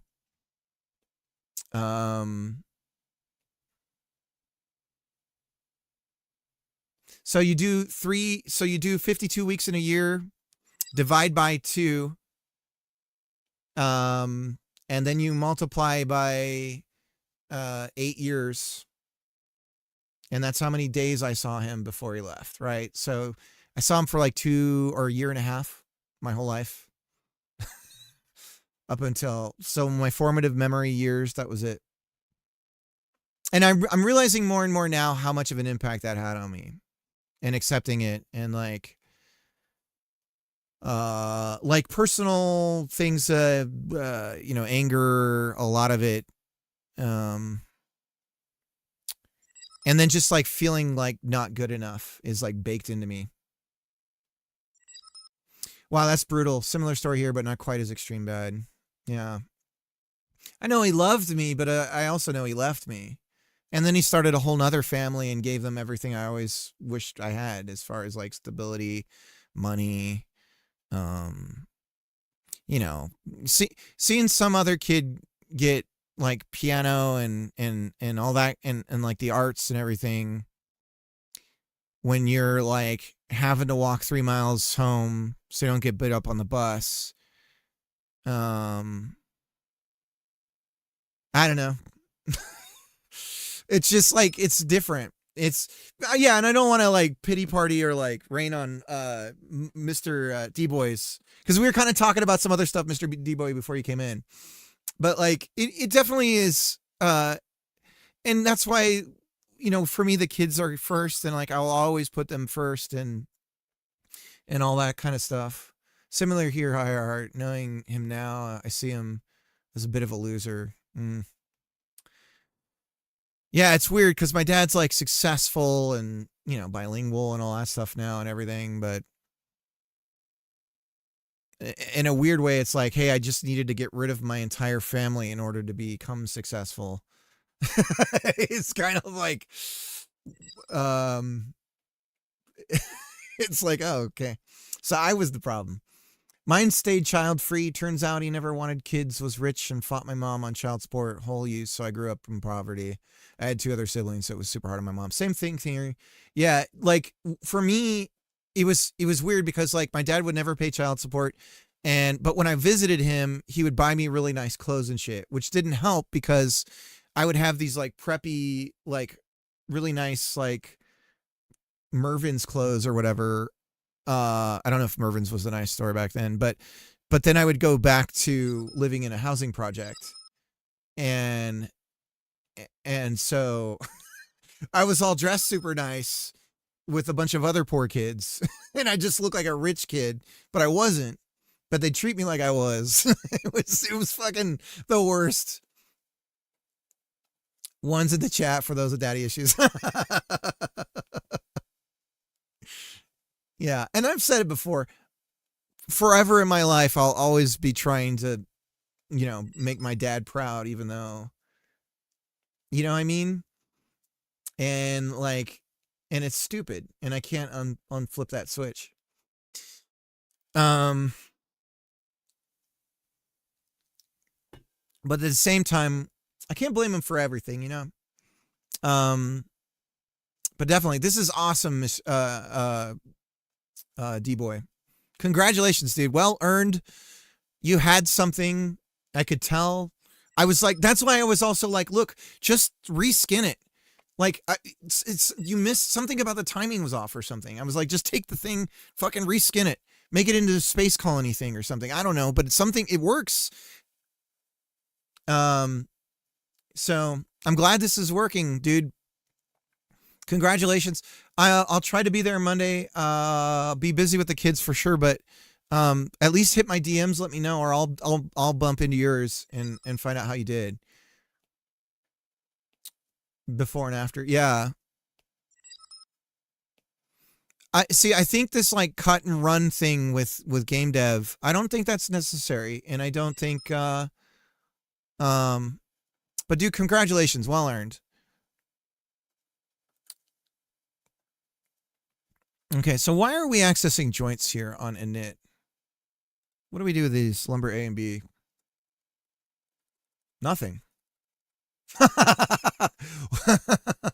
Okay.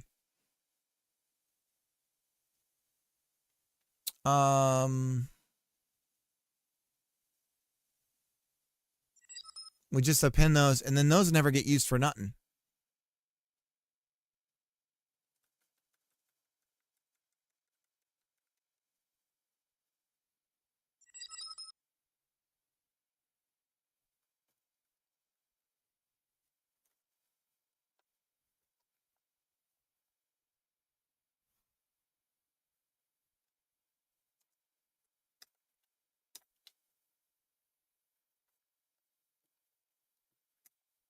Okay, so we'll do that instead. Let's go back, rerun this. I don't think it's going to be as crazy. I think, dude, I think what it is critically though is validation. And think of it this way. You were down here. Now line go up. Can you make line go up more? See, the thing is I think it's a decent idea, and I think you can make line go up more. I really do. I think with the game idea, and I think if you just think of it as like, think of it, the game now as like a customer service thing. All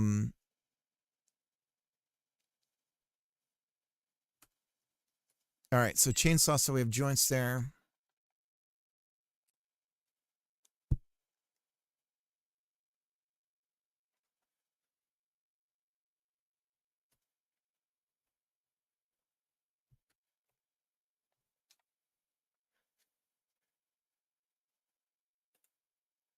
So, but I think the more players you have, Animal Husbandry DLC, you need like species blending.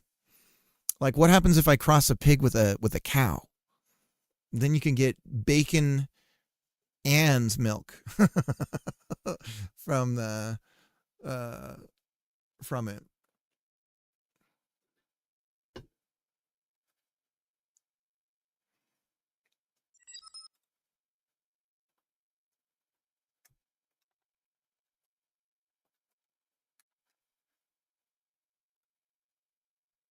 Bacon flavored milk. Hell yeah.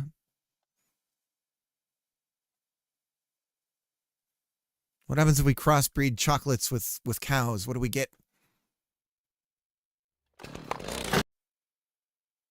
Good. Googly moogly. Lumber joint, line 70. God, it never ends. This is not having a compiled language, bros.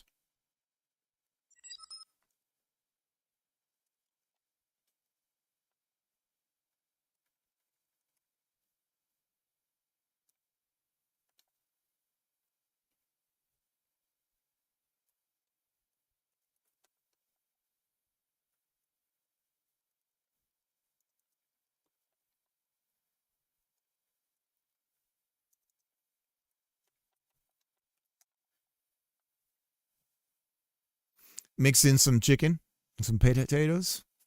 Got yourself a stew. I fucking love that. And I loved how he came across as being like poor and needing like He's like saving food from like little bones of chicken and stuff. He's like, got yourself a stew. All right.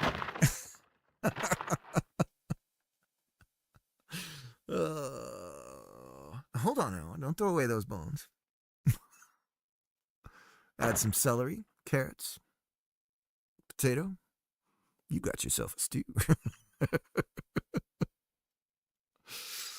Oh, God. You know what's crazy? Before that, I got Stream Elements sponsor to try and get back into it with his sponsor shitty mobile games. With it to sponsor. Oh, you were going to go. Like, oh, God, I need to do anything. I think it goes to show that timing is an element of it. Carl Weathers. Yeah, yeah.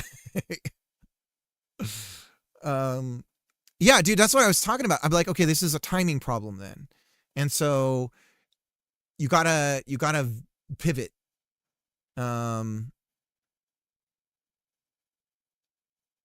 But you'd done all this work, and it's like, okay, you don't have to walk away empty-handed with that.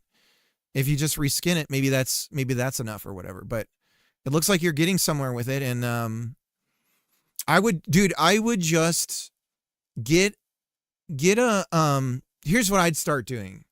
And I don't want to step on your toes, but get all feedback and put it into an Excel database. Every single fucking piece of feedback. And then start categorizing what the feedback is. Taxonomize it. And this is a feedback about gameplay.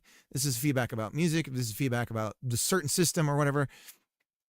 And then very explicitly add as many taxonomical elements, I don't know if that's the word, to each piece of category or each piece of feedback. And then you can process the feedback into what are the most common elements, and then that's the stuff you go for. You go, the low-hanging fruit is the majority of feedback. And you go, what are most people talking about here? Like good or bad, like what are people into?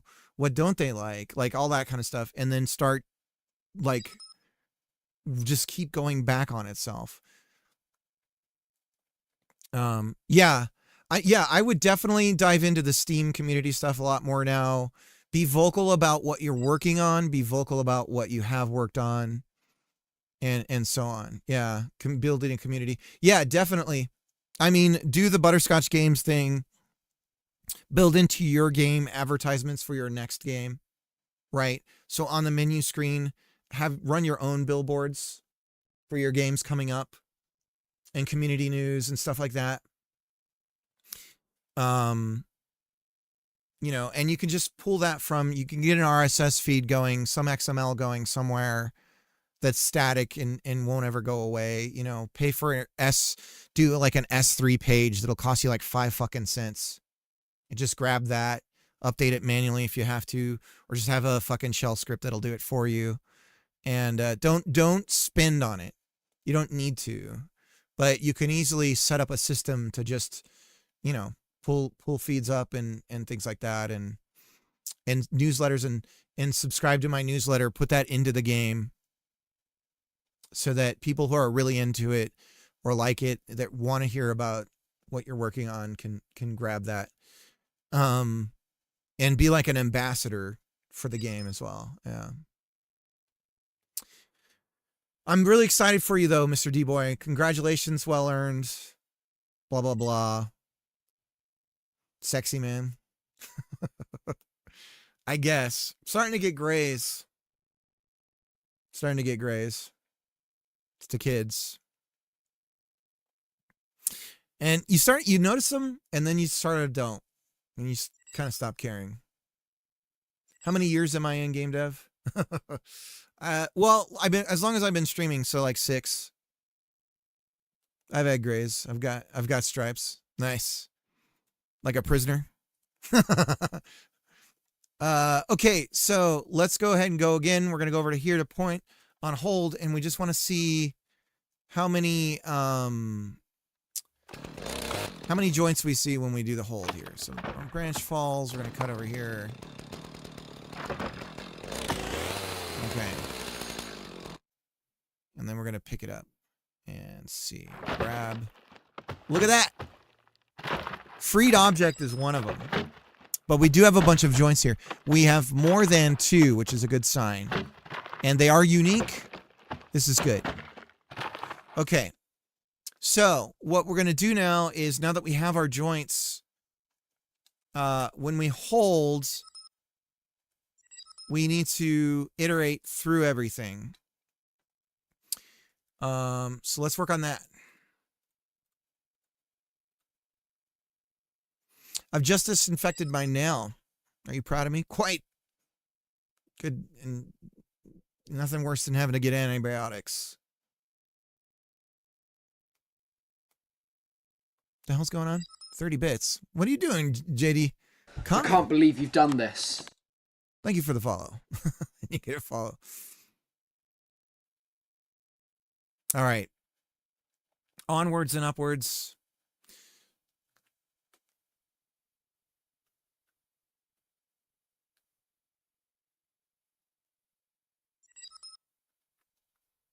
Bitch to show my skunk stripes. Gotcha. Okay, so we can get, so we have the free move here. So when we do this, we grab, we say hold. Object can hold. And then here we go over here and we say hold on the lumber. So here's what we want to do.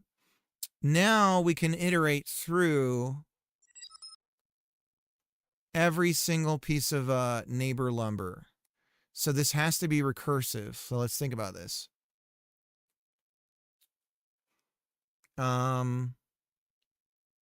Do we want to keep track of the ones we've already done? How do we do this where this actually ends?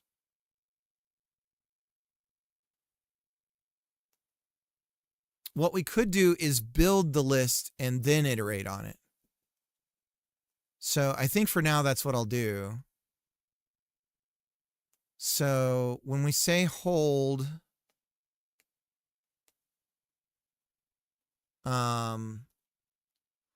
if it's a piece of lumber, we can get all of its neighbors, right? Then on all of its neighbors, we go iterate on those.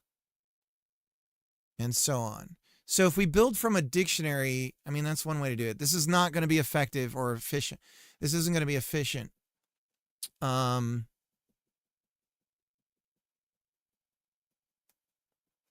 I don't. I'm out of the loop. Super excited for this game I'm working on. Been really fun jam. Have some cool mechanics worked in. What you got going? Describe.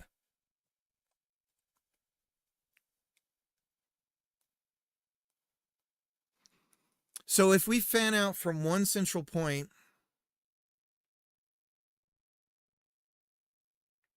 we have a list of neighbors and ourselves. We go out and where we came from. If we just don't go back on where we came from, right? So if hold has from,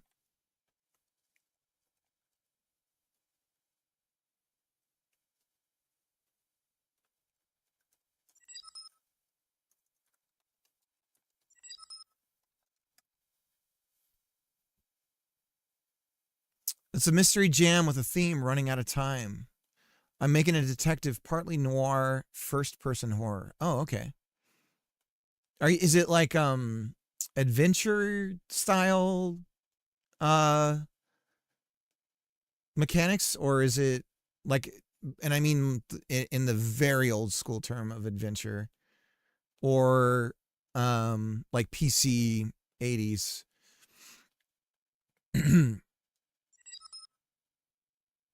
She never saw. I needed M Audio to show up and coach me, but she never did. Aw. Dad, what's your game idea? We're trying. It's a how to bang your mom. So that's the concept of the game. That's a tree cutting game. So you cut down trees. You pick up the wood like this, realistic. And you come over here and you chip it in the wood chipper. You throw it in here and you chip the wood and so on and so forth. Right now we're working on the hold mechanic. We're trying to make it very Bethesda-ish, but we have some things we have to figure, and so I'm just getting that going. So if we're kind of draw out the algorithm, like I said, we have this here. So now that we know all of our possible neighboring joints, we traverse each one. If we know where we came from, we know where we don't have to go back. If we're recursive, knowing that, we don't go back. And we just keep going forward, and then we're going to basically run the hold function on all of them, which will change the masking on all of them. So, Phosphora, or Phosphoda, for, what is it? Skyrim. You have to yell at it. What game? I was talking to somebody about a game idea that involved, yelling at the computer. What happened to my code? It's gone. She left us. She left us. She left us. But that's not what I'm gonna do. Let's see. Code. Not Cade.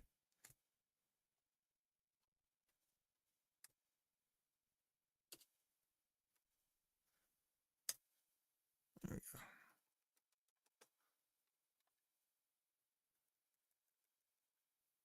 Too few arguments. And by default, we'll say we're null if none is passed. If from is not null. Or we can just say from is from. Okay, so hold from.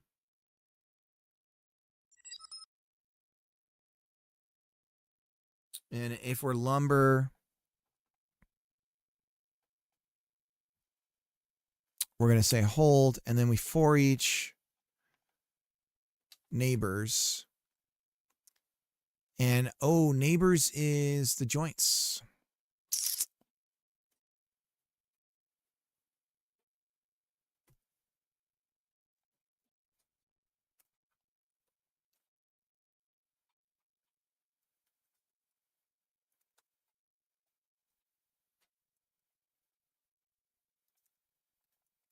Okay.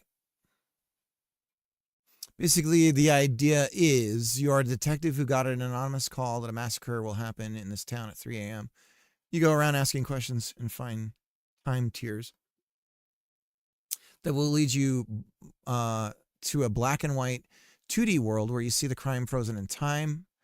You find evidence, and you find them all. A creature spawns and chases you out of the terror vision of the town that's more creepy. Use the environment to kill them. You go back to the motel room to compile your evidence. On the evidence board, you use the VCR to watch tapes and listen to the sound recordings to try and figure out who did it, and if you call it in. If not, you go back to the next act. Who you report determines the ending. 1980s style. Gotcha. It's funny how VHS and CRTs are now scary.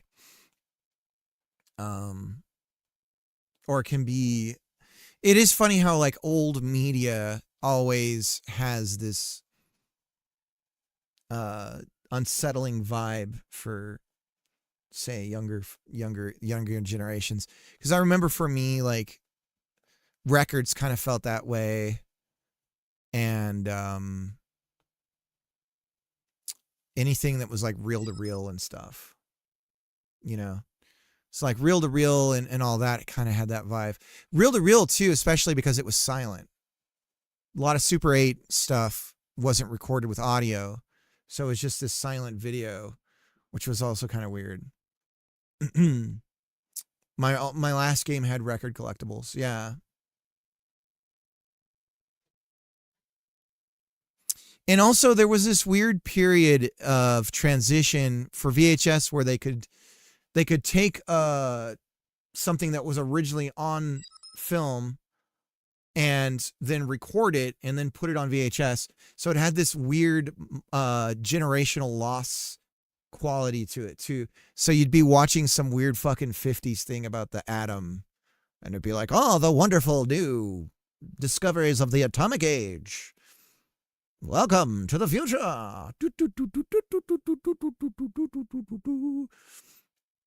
There was some like Disney, my friend the Atom or something, and they were like, oh, we'll have nuclear powered vehicles, because they were imagining the nuclear reactor being in the car at the time when it was all like new. I remember recording over VHSs and stuff, and you'd be watching something, and then a random family video would come on. Yeah, that like, and then yeah, the Disney Vault. Yeah, all the racist stuff is in the Disney Vault. Those DVDs are so valuable now. You can sell them for like $700 if you have them. The archive, the Disney archive vaults. Oh, the Disney Vault, yeah, with the fatty VHS tapes that didn't fit with any other ones. Mud, how you doing, man? Let me do a shout out to M. Oh, I already did. I did a shout out to M. The old Orange Blue Cruise and Rugrats VHSs were great. The other thing about those VHS tapes back in the day is they would show like, I mean, it's just like DVDs that have like special things. Like, you know, if you're a certain age and I start singing like, I play right field, it's important to know. And it's like, holy shit, what's that from? You can't quite remember. And it's like a fucking Pizza Hut commercial that only played on the TMNT copy of the movie on VHS. And it was like the only way you ever saw that commercial, but it was always at the beginning and you just watch it. Yeah. Disney's crash grab by re-releasing a movie every 7 years. I mean, there was something to that because they've essentially just run everything. They've run the MCU and they've gone the opposite end, and they've produced so much media that consumption of it is impossible, and they've destroyed the brands. They've saturated it into, it's like a soup where you keep adding, like you put too much salt in it. So you're like, oh shit, let me add some water. And then that fucks it up more, you know? It's just like, it's like that. Disney Dreamlight, their game cash grab. Yeah, that's like their persistent world thing that they're trying to do.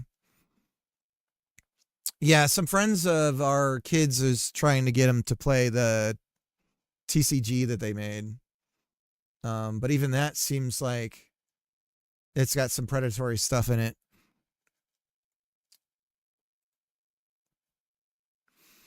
Okay, so if we look at each joint,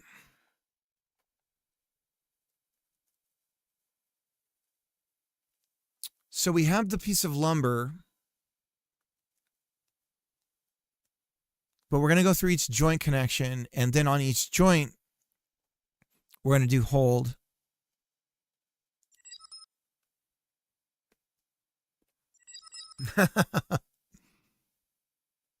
There were a lot of people playing it. Yeah, you got those Disney lifers, all big smelly adults. Those games look like fun, but yeah, there is a thing to it. There's definitely a Musk.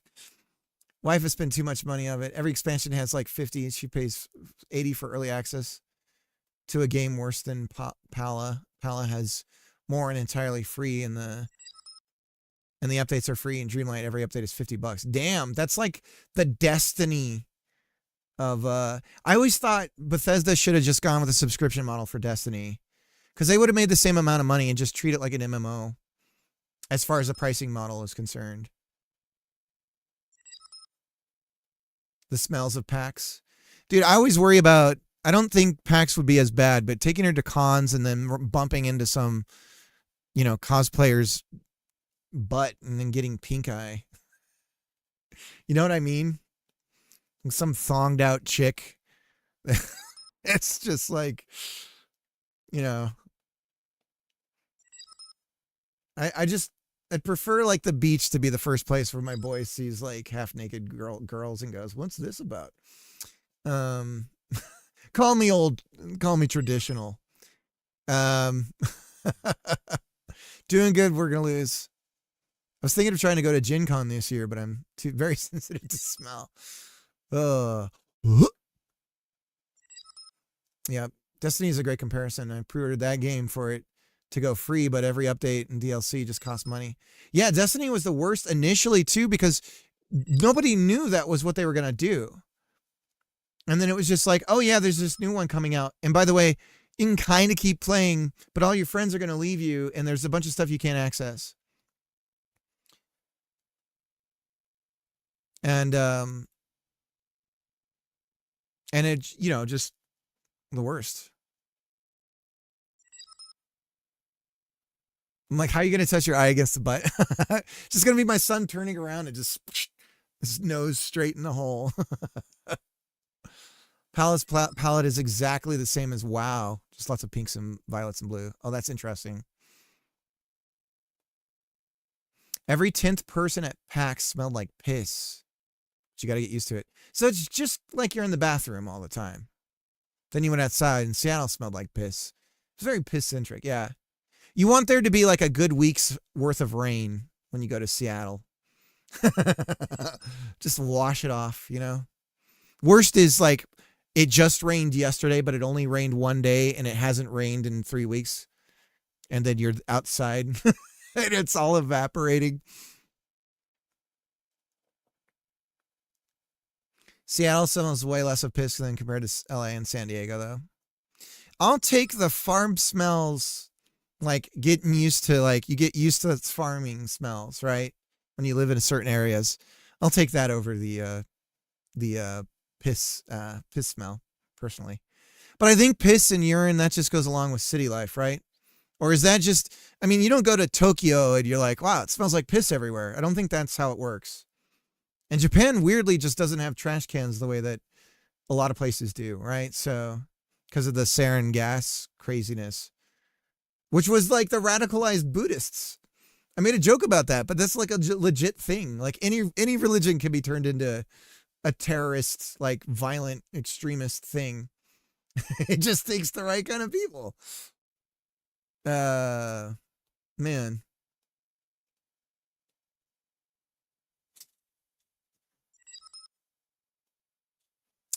No, they teach their kids to clean up after themselves. It's crazy.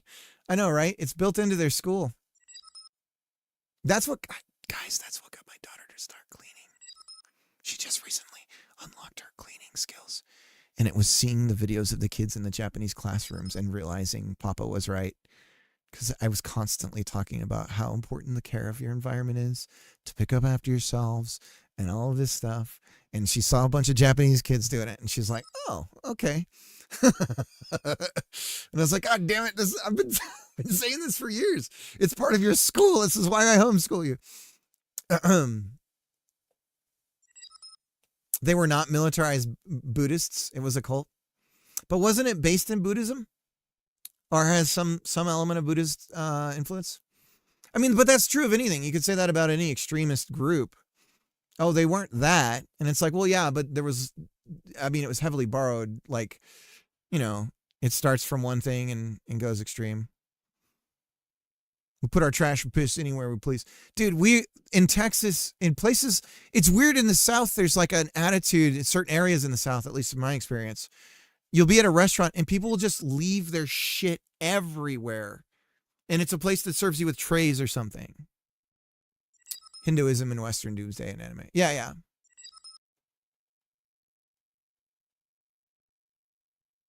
Lego sets. Yeah, they got plenty of those.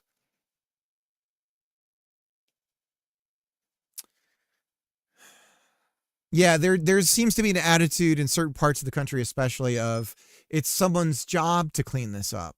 I'm giving them work, which is like the whole like, if I burn this building down, their insurance will cover it. It's okay. A violent person you agree with is a brave hero. A violent person you disagree with is an extremist cultist. Yes. Well, I think the guys that use sarin gas in Japan were cultists. That's what we're talking about, just to be clear.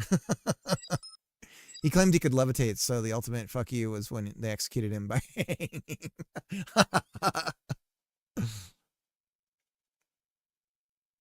Out of view. Gotcha. Yeah, Justin. Gotcha.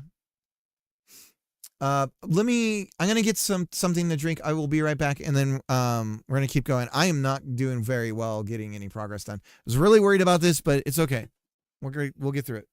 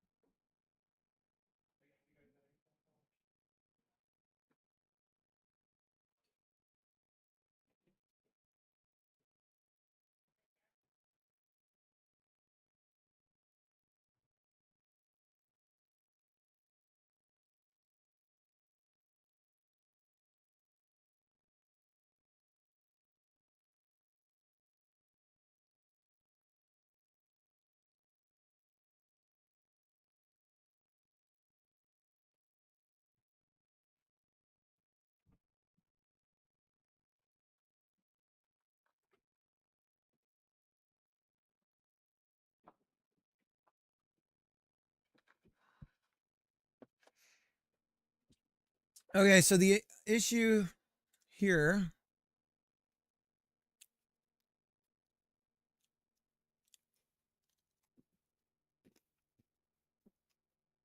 Oh yeah, yeah. No, I am definitely I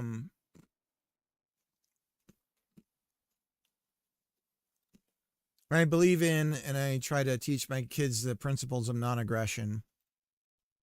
And the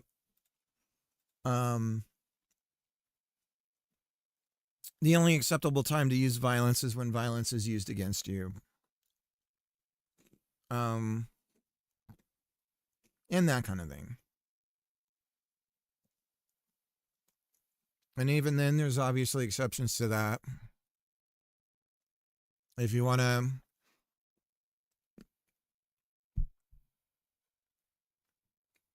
split hairs.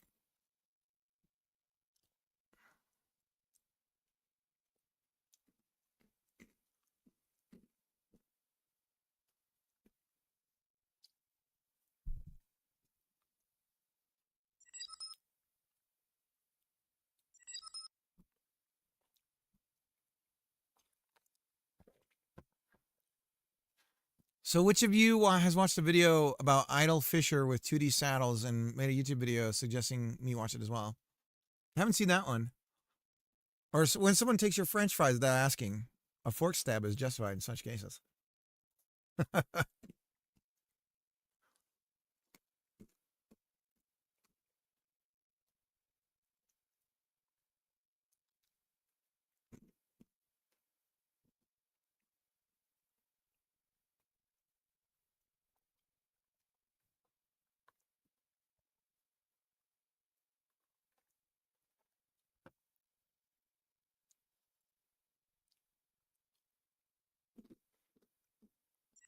So if we're doing this on the joints,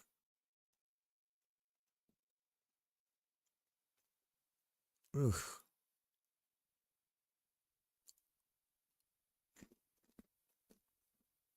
Do we not want to do it on the joints?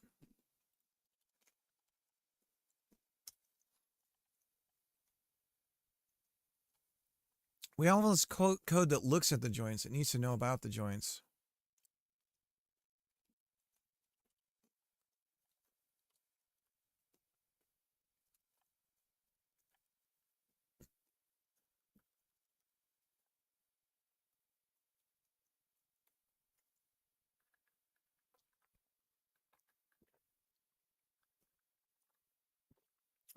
Radical Buddhists. Radical Buddhists would be a good name for a game dev company.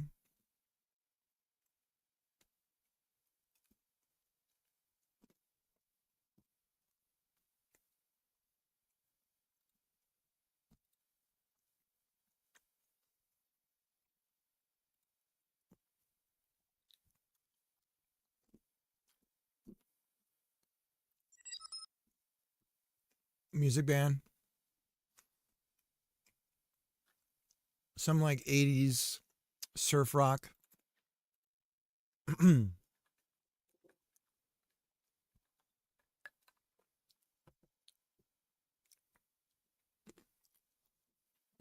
guys remember the first time you were playing Final Fantasy VII and you got to ride the chocobo on the overworld? Toast your face. Yeah. Hopefully I'll see you around.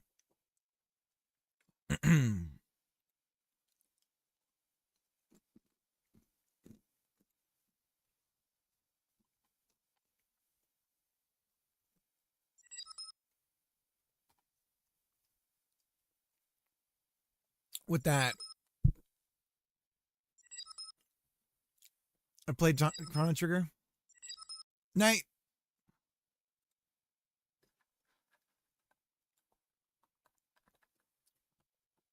Okay. Our problem is if we're on the joints,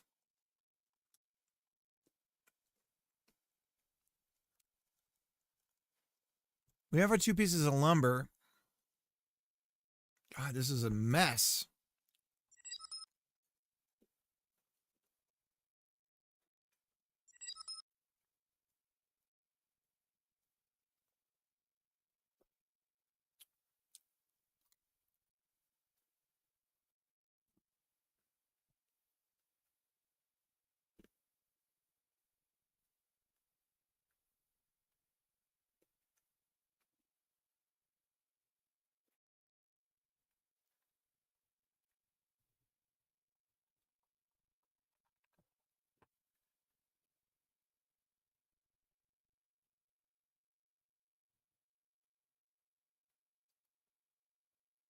I'm working on something secret with Greg. Shh.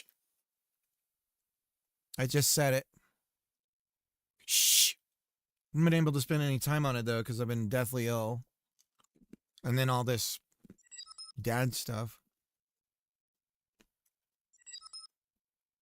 I like the idea that all vehicles are space machines. They're all technically space-time machines, right? And you could call any moving vehicle a space-time machine, huh? If you want to be pedantic. Well, let me get on my bipedal space-time machine and see if I can get to... Gold, how's it going?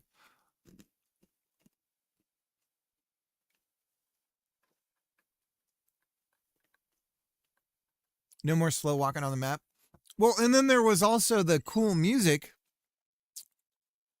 There's the sweet fucking Chocobo song that was like, oh, iHeart streaming. That was like surf, like a surf rock thing. You only need a small. See if I can get it going.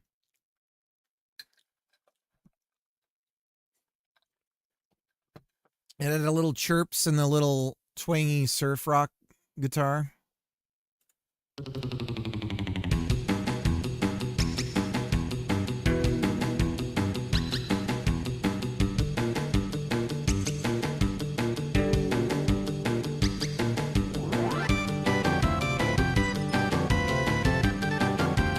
Hell yeah.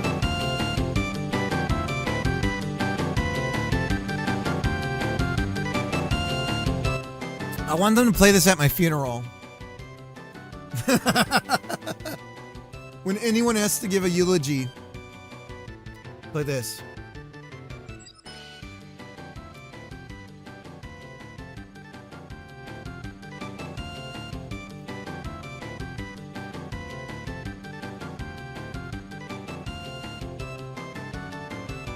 It's got a little like, it's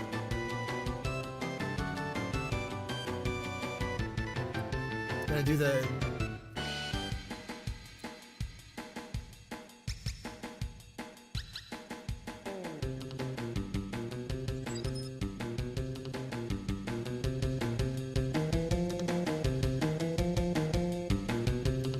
This is the best one.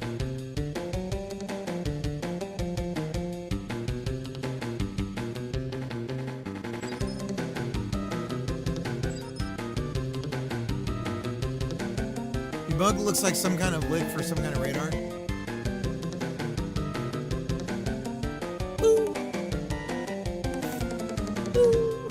It's just like...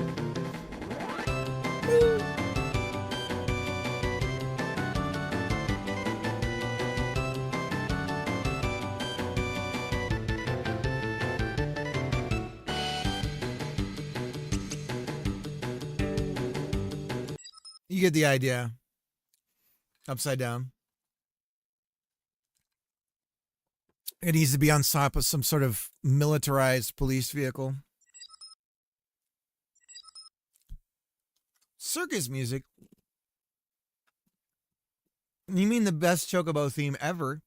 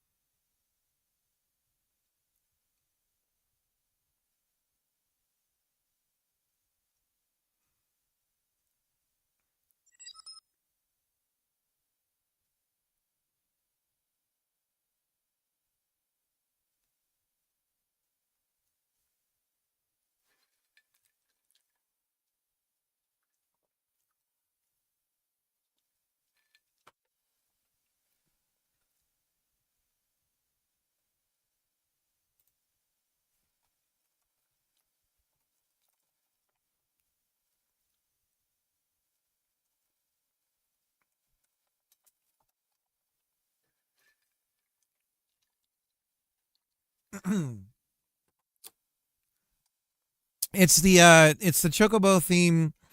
The first time you get a Chocobo on the FF7 game, on the overworld map, that's the song that plays.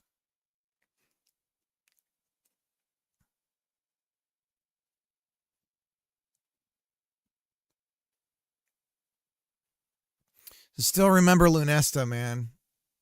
Lunesta's not here, but I remember watching Lunesta go and fight Sephiroth for the first time. And there's this, you get off the airship and you go down these stairs and there's a save crystal at the bottom of this cave or something. And he saved there. And he had no save backups. And you can't go back. And he was underpowered to fight Sephiroth. He couldn't beat Sephiroth. And there was no place to grind. And he like soft locked his game. And that was it. He had to play the whole thing over again. What, I mean, how does that happen from a game design perspective though?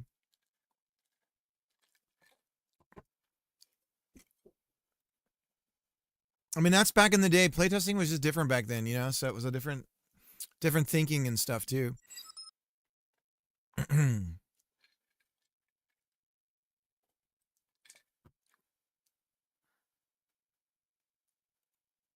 Yeah, it was brutal.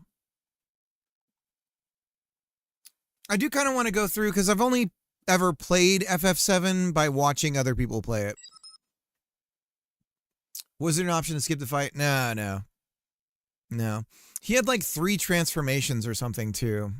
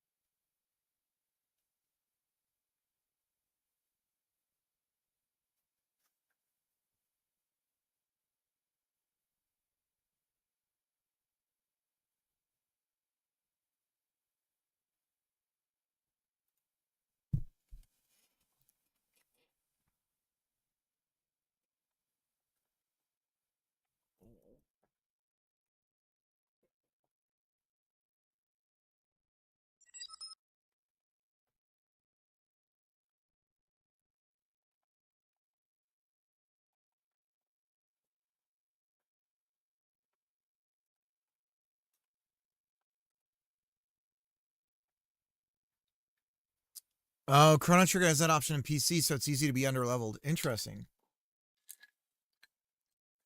Oh, well then, I mean, technically you could always run away in FF7. I think it was something about his party or that there was like a certain summon or something that he really needed to have used more of or something, and it wasn't leveled enough.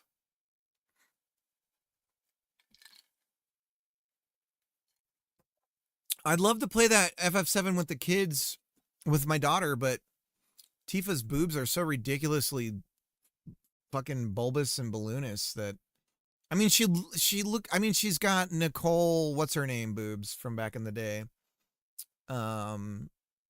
She's got these giant otherworldly spheres of ridiculousness in that game, at least in the cutscenes.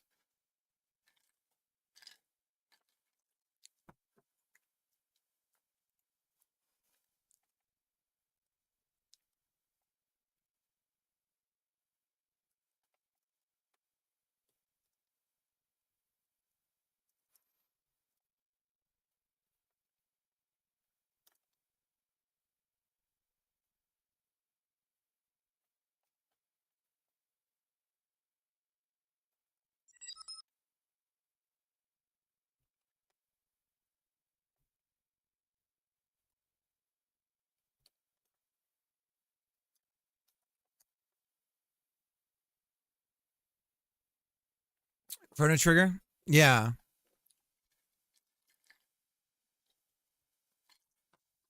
Chrono Trigger was a pairing of Square and the Dragon Quest guys, right? So it was an interesting.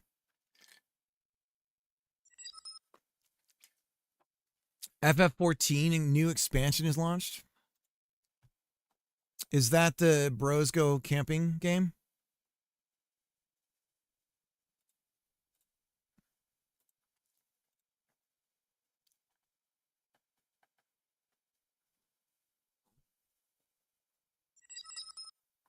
No, CMMO. Oh, okay.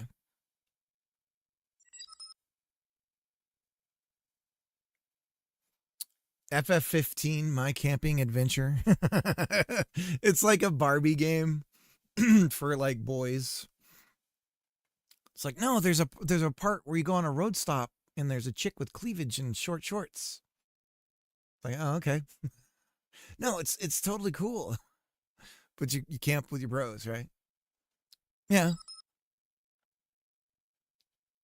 You can party up, she can heal you, and you can tank. Great story too. But that's like a monthly sub, right? I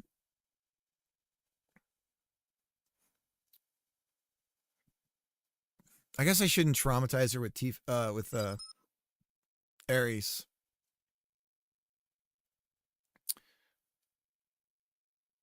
Aerith? What is it? I remember even back then there was like arguments amongst friends. No, it's Aerith.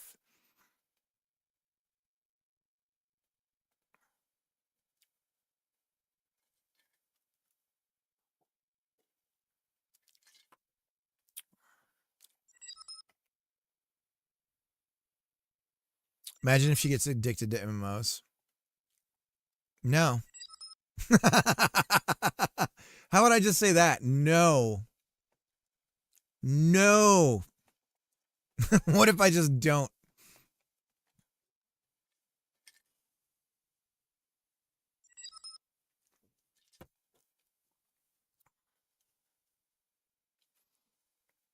Am I creating an infinite loop here?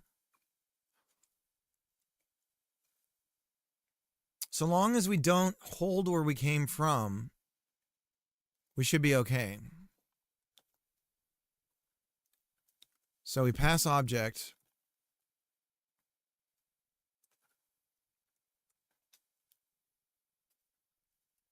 If lumber A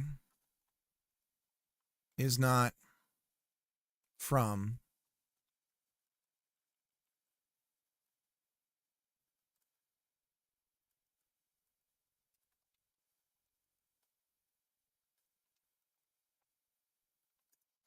I don't want my daughter to be, oh God, I'm going to make some vague generalizations that probably aren't the best thing to say. I don't know. Yeah, somebody who washes and smells good and can maintain themselves and their surroundings. Doesn't have to villainize everyone that they disagree with. I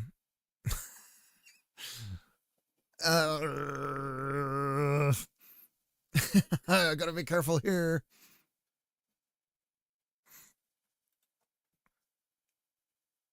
So what the hell is all this looks maxing shit, guys? I mean, why would anyone want to change their looks just to kind of appeal to others? I don't understand it myself. You know, like if you have short hair and you're just worried about, or you're balding or something, like why would you want to modify how you look just so that, you know, you feel comfortable? I don't think that's like necessary at all. You know, really, I really don't think that that's anything anyone should be too worried about.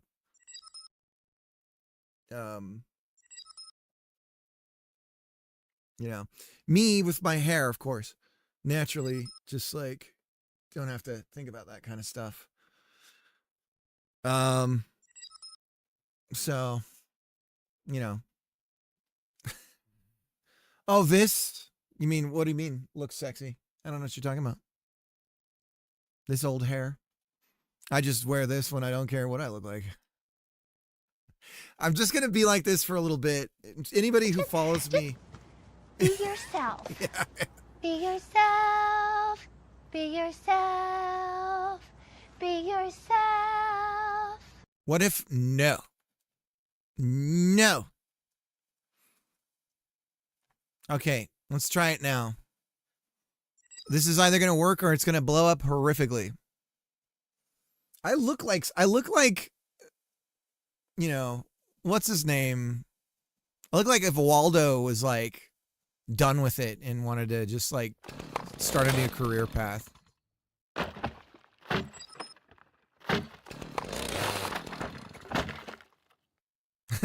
People gonna be coming back and be like, holy, yeah, I went to, is it Turkey? I went to Turkey for a vacation.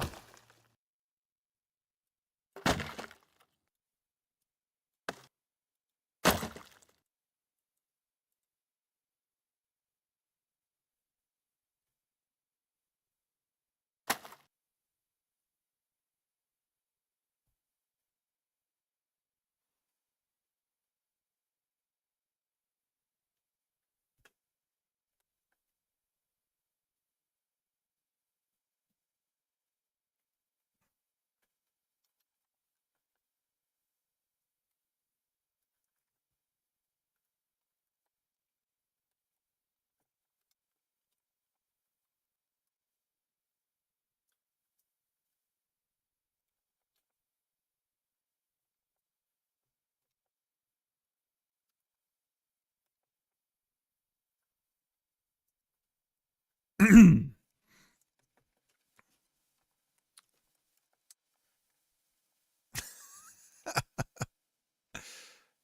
don't know, dudes.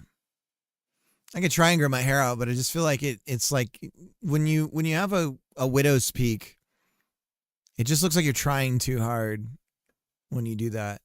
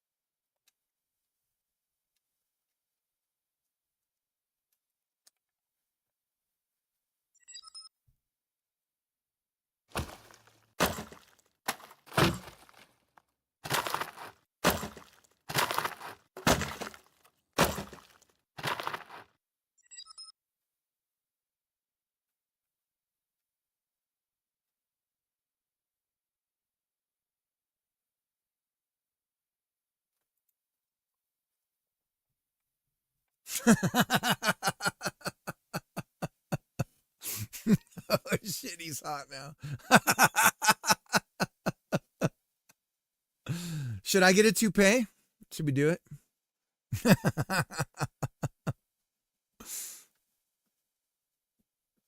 By the way, if I have 1,000 concurrent players happen, I need to shave my head. Oh, sweet. Chat demanded it. Nice. Hell yeah. Well, now you get to do the podcast circuit. So you're going to get contacted by some YouTubers with podcasts and shit. And they're going to be like, come on and talk about your game and what it's like to be successful indie dev.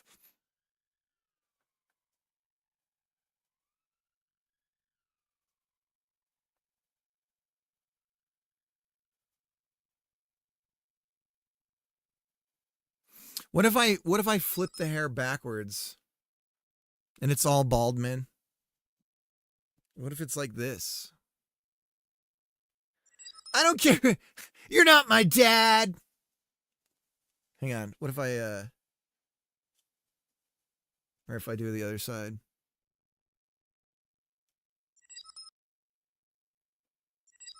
I don't have to listen to you. You're not my dad. Right. God. Ugh, these people.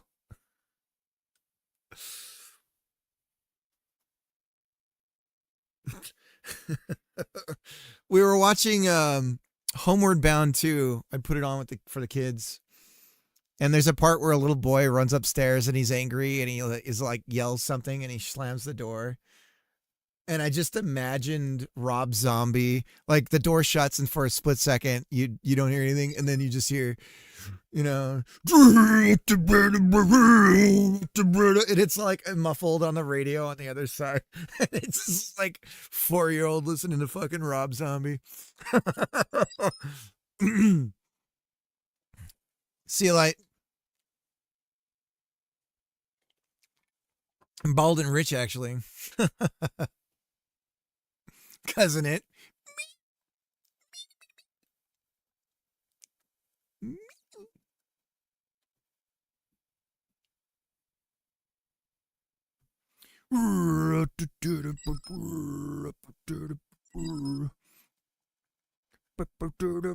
Taco Bell.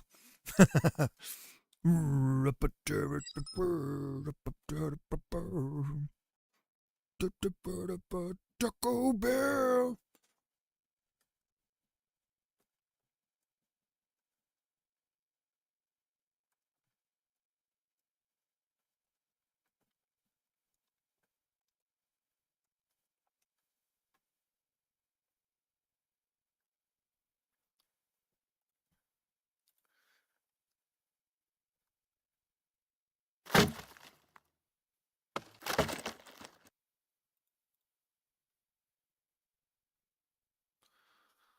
Objects null.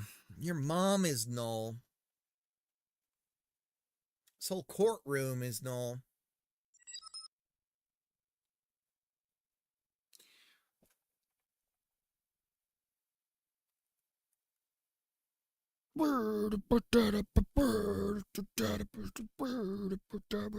Taco Bell.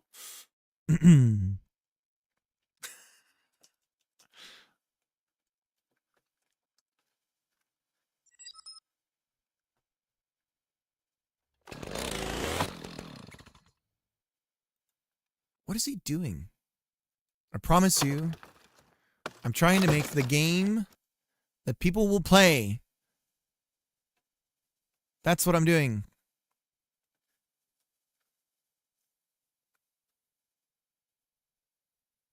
So we have the path.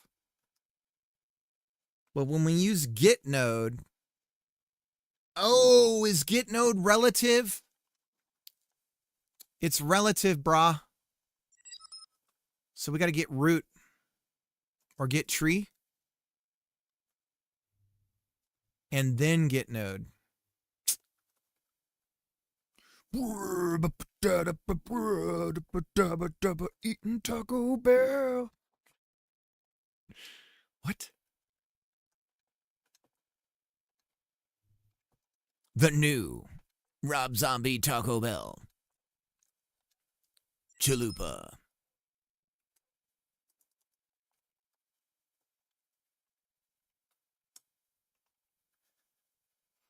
I have to shave my balding man haircut down.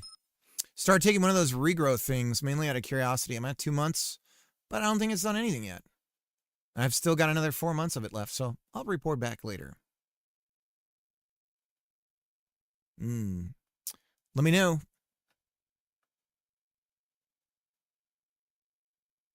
Sam Sheepdog? Cousin it? What? I think we're all over the place right now, boys. Let's try and keep the conversation focused on Mr. D-Boy's success. Mr. D-Boy now able to capitalize on success by making a series of YouTube videos talking about how successful he is. Now Mr. D-Boy can come up from the mountaintop and say, I figured it out. You have to make a game. Constantly second question yourself. Think it's not going to work, but keep going.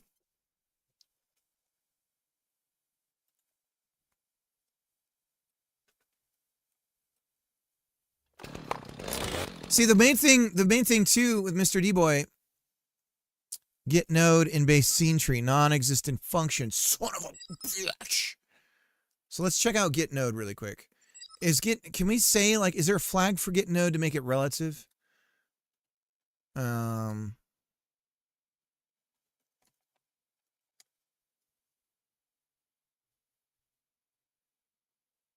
Okay. Screaming neighbor death.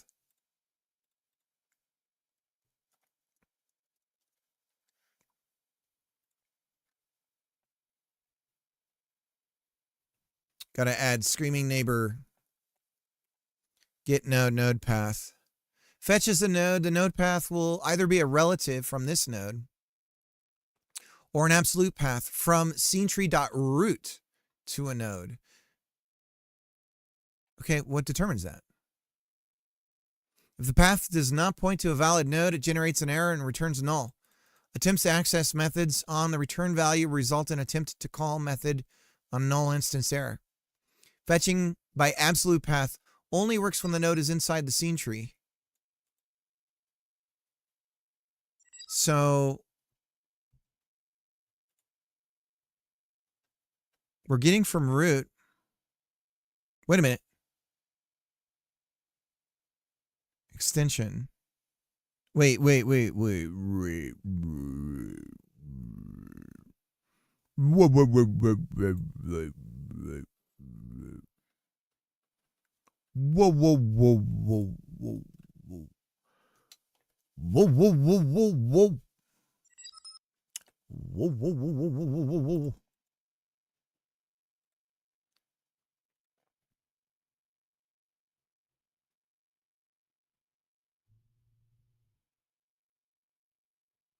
Leaning the jank.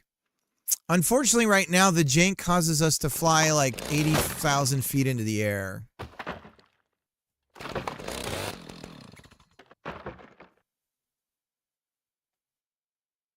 Previously freed. Kind of like that.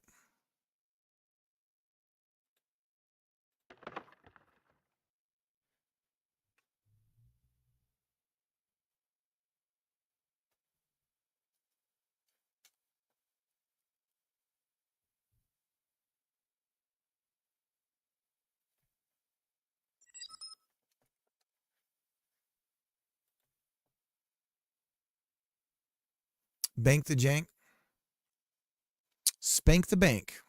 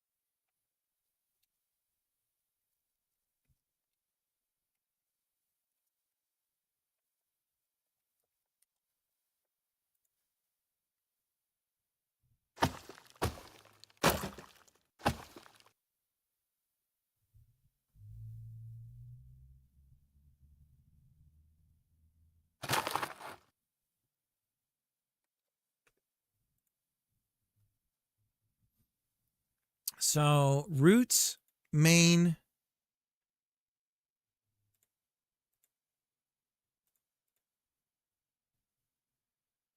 game, tree location.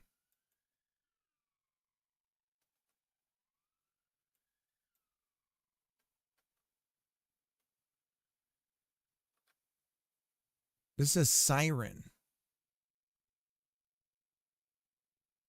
What the fuck are we called Siren?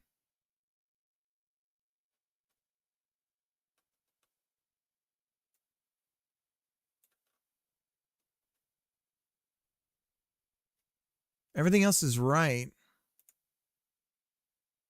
So game is called Siren right now. Why? Let's look at our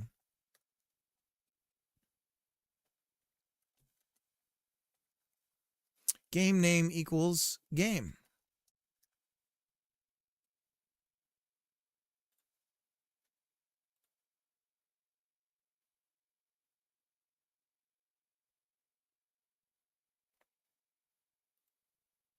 Wind high.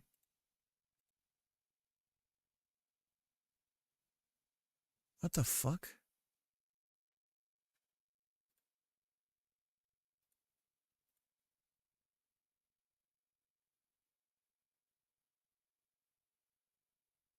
Wind high.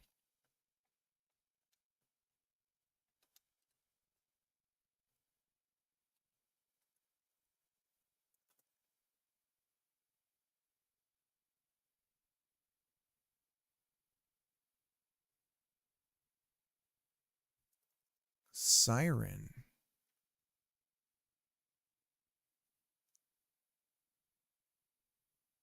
What?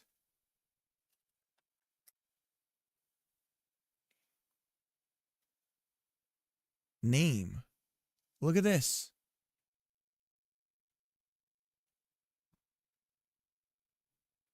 What in the ever-loving chicken taco burrito am I doing here?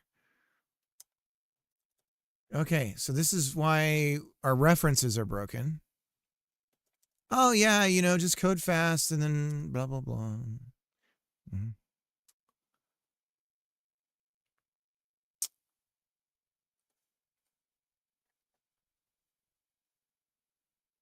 Name. Why are we doing... What the fuck? In the chicken taco? I don't know why I keep saying chicken taco. Okay, try it again.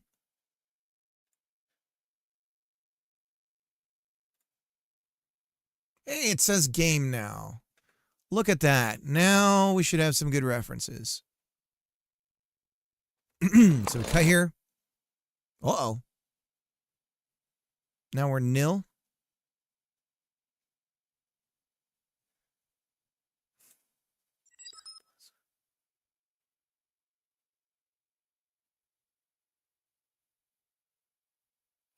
I was talking to a non-gamer wife about the City Builder game, and she said, so like a society-level Tamagotchi.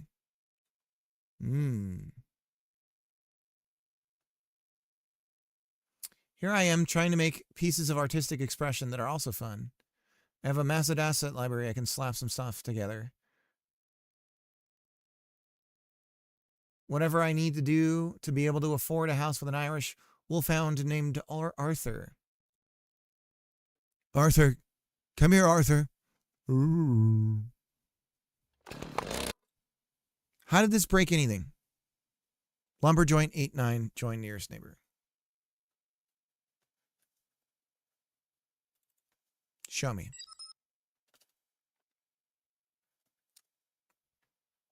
Eight 9 GD.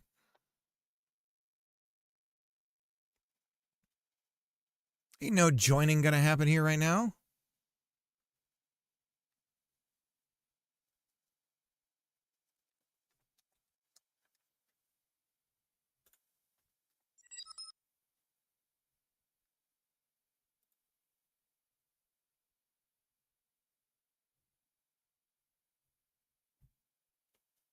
I haven't been able to catch the stuff you're working on, Justin. It sounds interesting.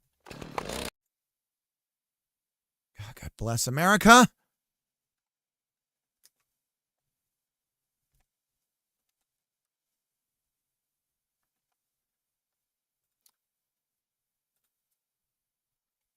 Things are now working.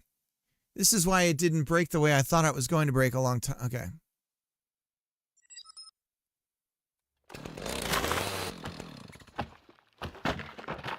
Look at how it fell. It fell completely different now.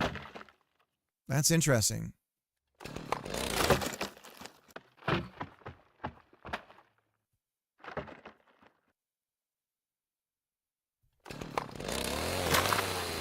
Look at that. Oh my gosh, it's falling totally different now. All because of a few lines of code messing things up. Okay. Stuff is actually working now that shouldn't have been. Invalid access to node A based on a previously freed. Oh, yeah, that would happen. Okay. Go.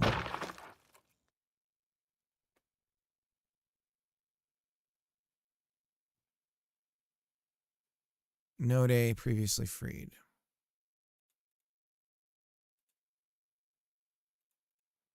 And now it's recursively saying previously freed. So we have to check if it's freed.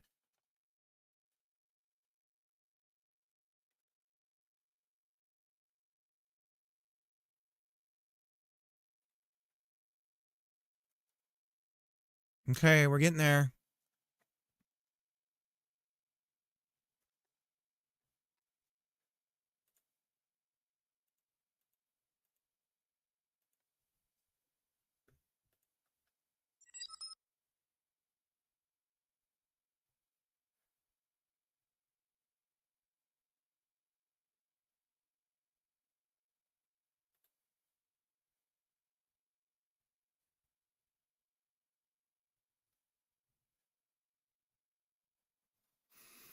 Do do do do do.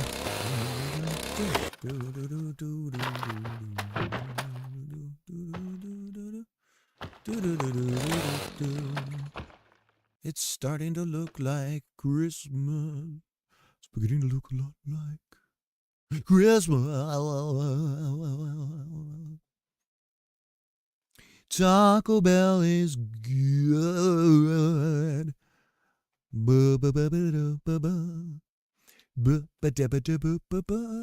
Have some tacos and some bell.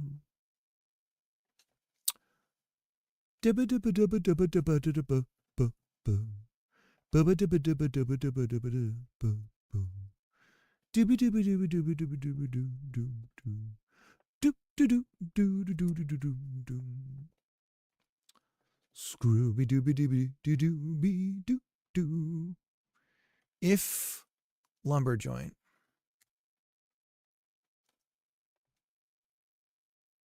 So if not lumber joint, continue. Continue. A Scrooby dooby dooby dooby dooby doo. Scrooby dooby dooby dooby dooby dooby doo. Ra-ba-dooba-dooba-ra-be-doo-be. Ra-ba-doo-be-doo. Scrooby-dooby-doo-doo. Doo-boo-doo-ba-doo-doo-ba-doo.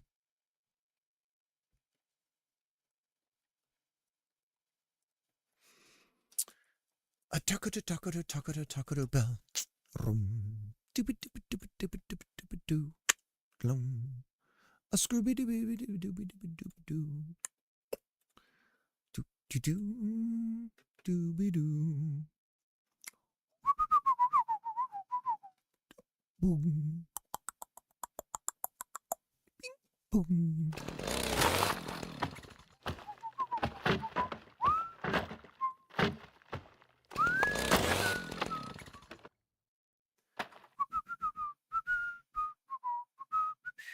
Stack Overflow.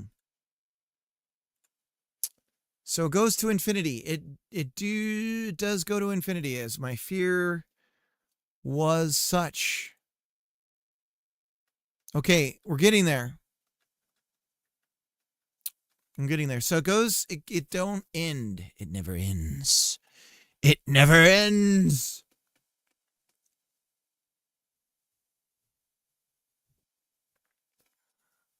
And we have correctly grabbing. Yep. Okay, so that's all good. We're getting there slowly.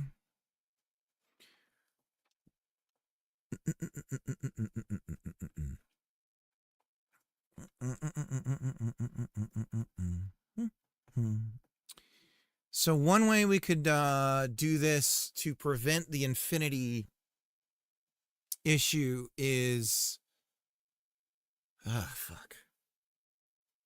Build a big old fatty array, and we check that.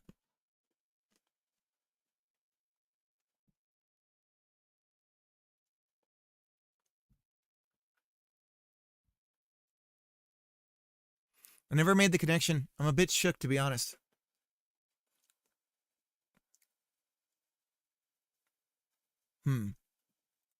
Shook. To be shook. To shake. To shimmy.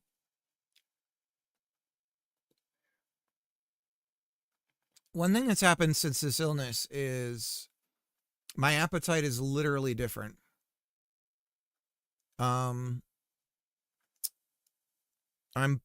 Think I'm able to kick the soda habit because I've the diet just, it's like in general just doesn't, I don't want it. And my appetite is way lower. I'm probably describing some greater illness.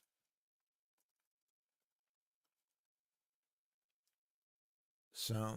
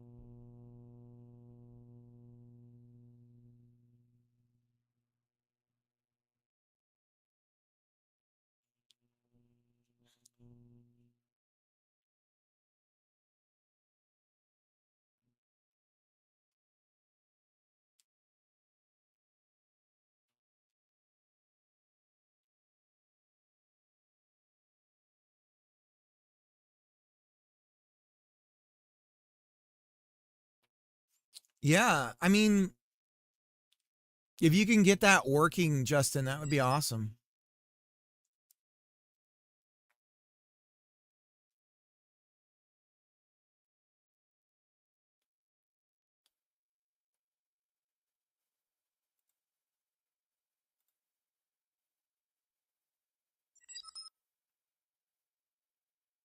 Working pizza shop is an intermediate goal. I remember we were working on a Tamagotchi style game and somebody had suggested using a Vec2 for their emotions. And I was like, oh shit, that's pretty straightforward and simple. You could use a Vec3 as well. So you could have like their desires be, you know, if it's up here, if it's up on the X, it means something. If it's lower on the X, it means something. And then the Y can mean something. And then the Z could also mean something. And actually, you could also use velocity. Like you could use a vector to retain data or like a memory state for your agents. If you're trying to give them like long-term goals or like a desire or something. So their behaviors sort of retain shape.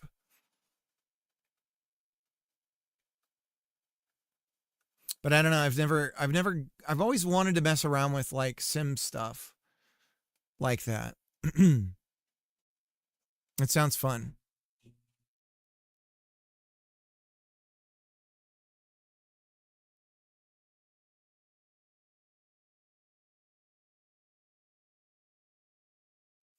But yeah, if you don't do the Sims thing where it's like, oh, they got to wash their hands and poop and stuff. And you just get rid of all that and you do more of like, these are working things that are producing goods and services. And you can see the other side of it. You know, you can follow it and all. would be so cool. Okay, so we are hitting repetitions. Repetitions. I see it right here. Extension 64. Hold extension 64. A is extension 64. So let's do this. Let's only concern ourselves with what we do on our hold. The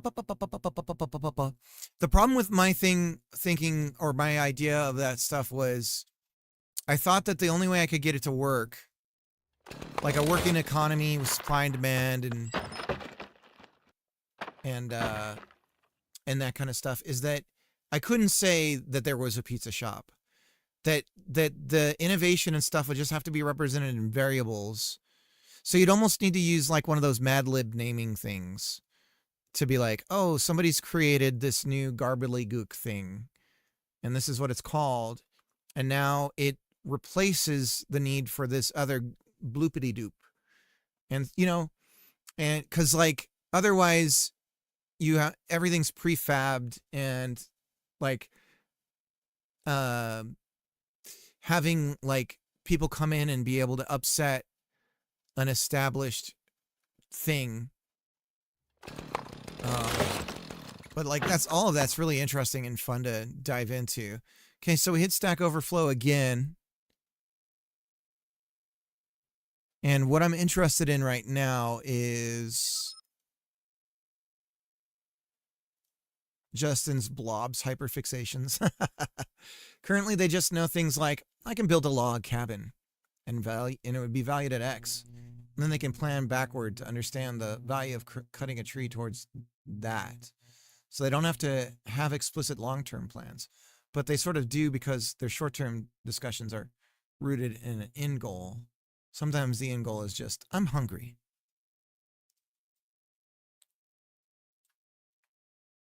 I'm hungry. A short story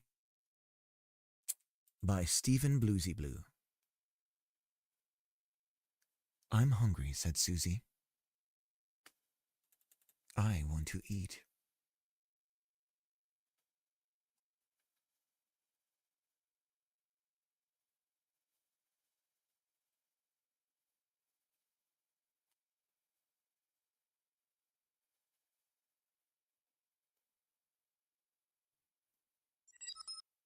Here we want to hold the same thing we are. That ain't possible. This should be getting caught.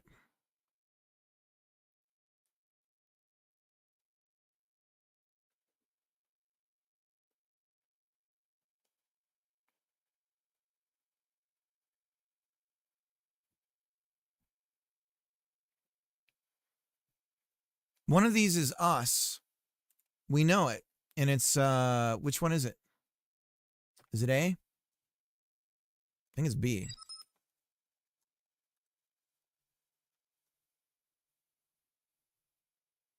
No, we don't know it.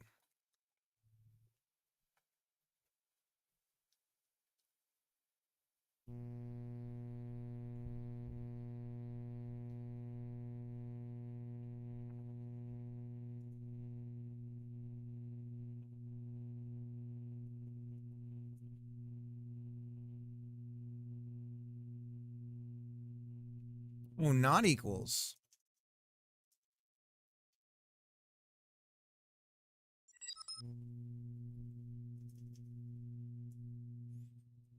Is it that simple? Did I have the equal sign wrong?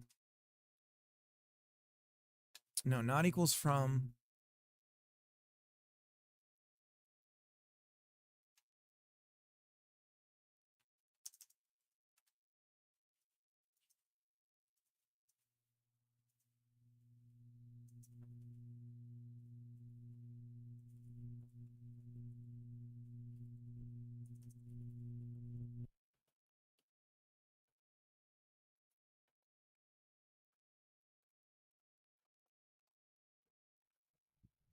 Okay, try again.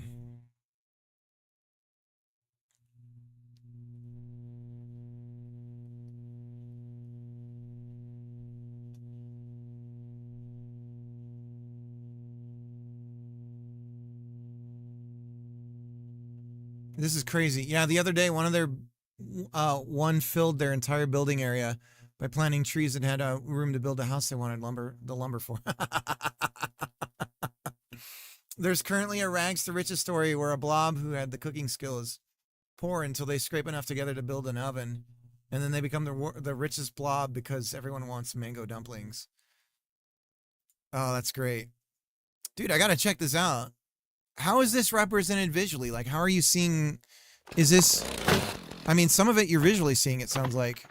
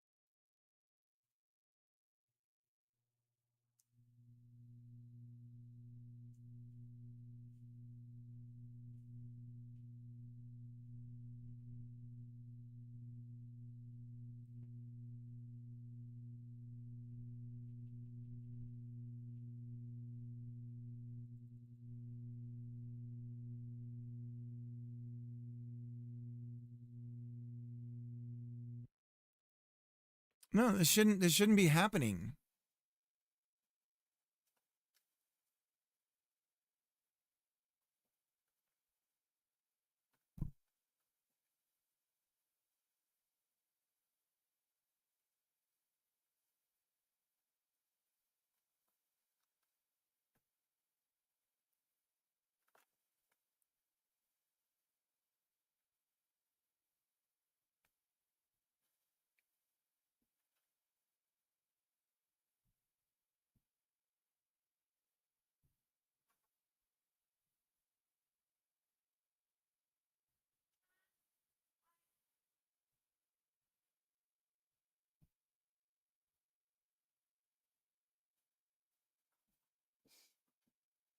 Oh, shoot. How much time you guys need?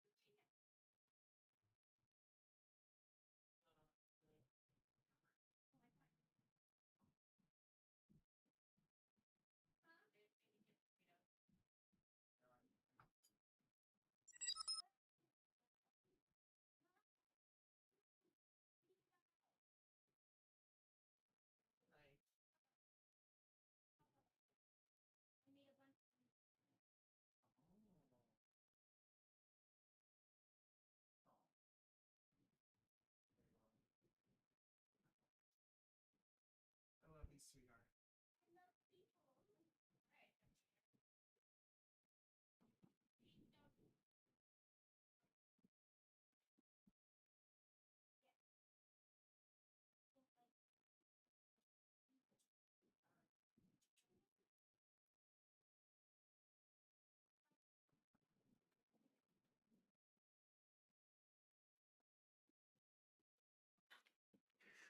What about crime, Justin? Are you going to have a criminal underground? Are certain products and stuff going to be illegal, or is if they don't have like there's like nothing that they can think of to do to make money, are they going to start like stealing from people and stuff?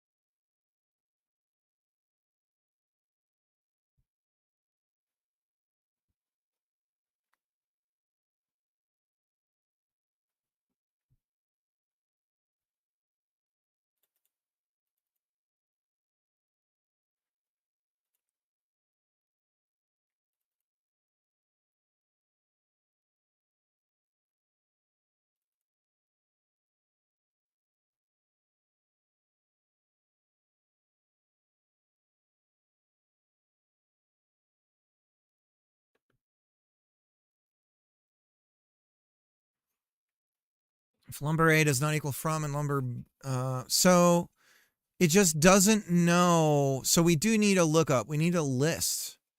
So when we first trigger this whole thing,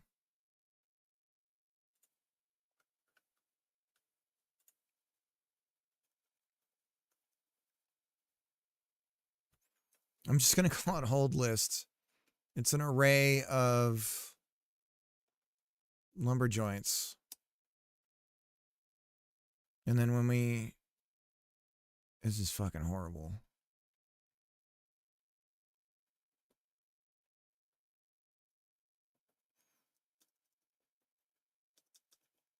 We'll use has. Every time we do hold something, if hold list has, we just return. Yeah.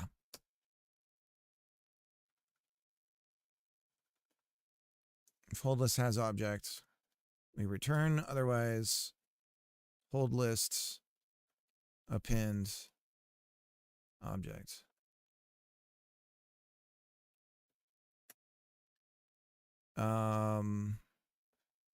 See what this does.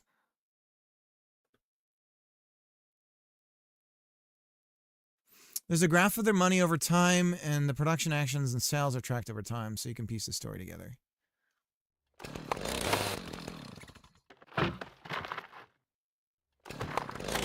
We are making a game about cutting trees down stuff.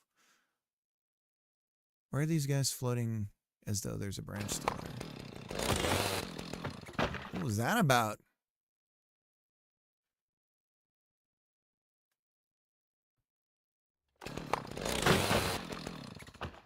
Curious.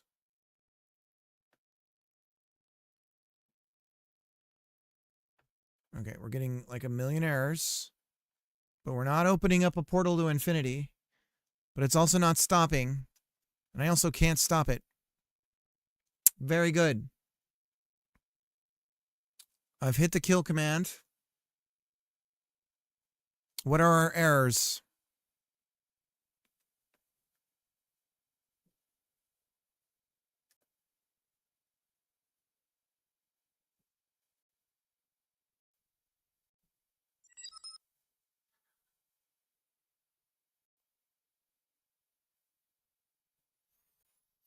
It's the principle of the game that there aren't hard limits if I can avoid them. Just in case of too many trees. It's just a bug. Oh, I see. We're going to crack. Fuck!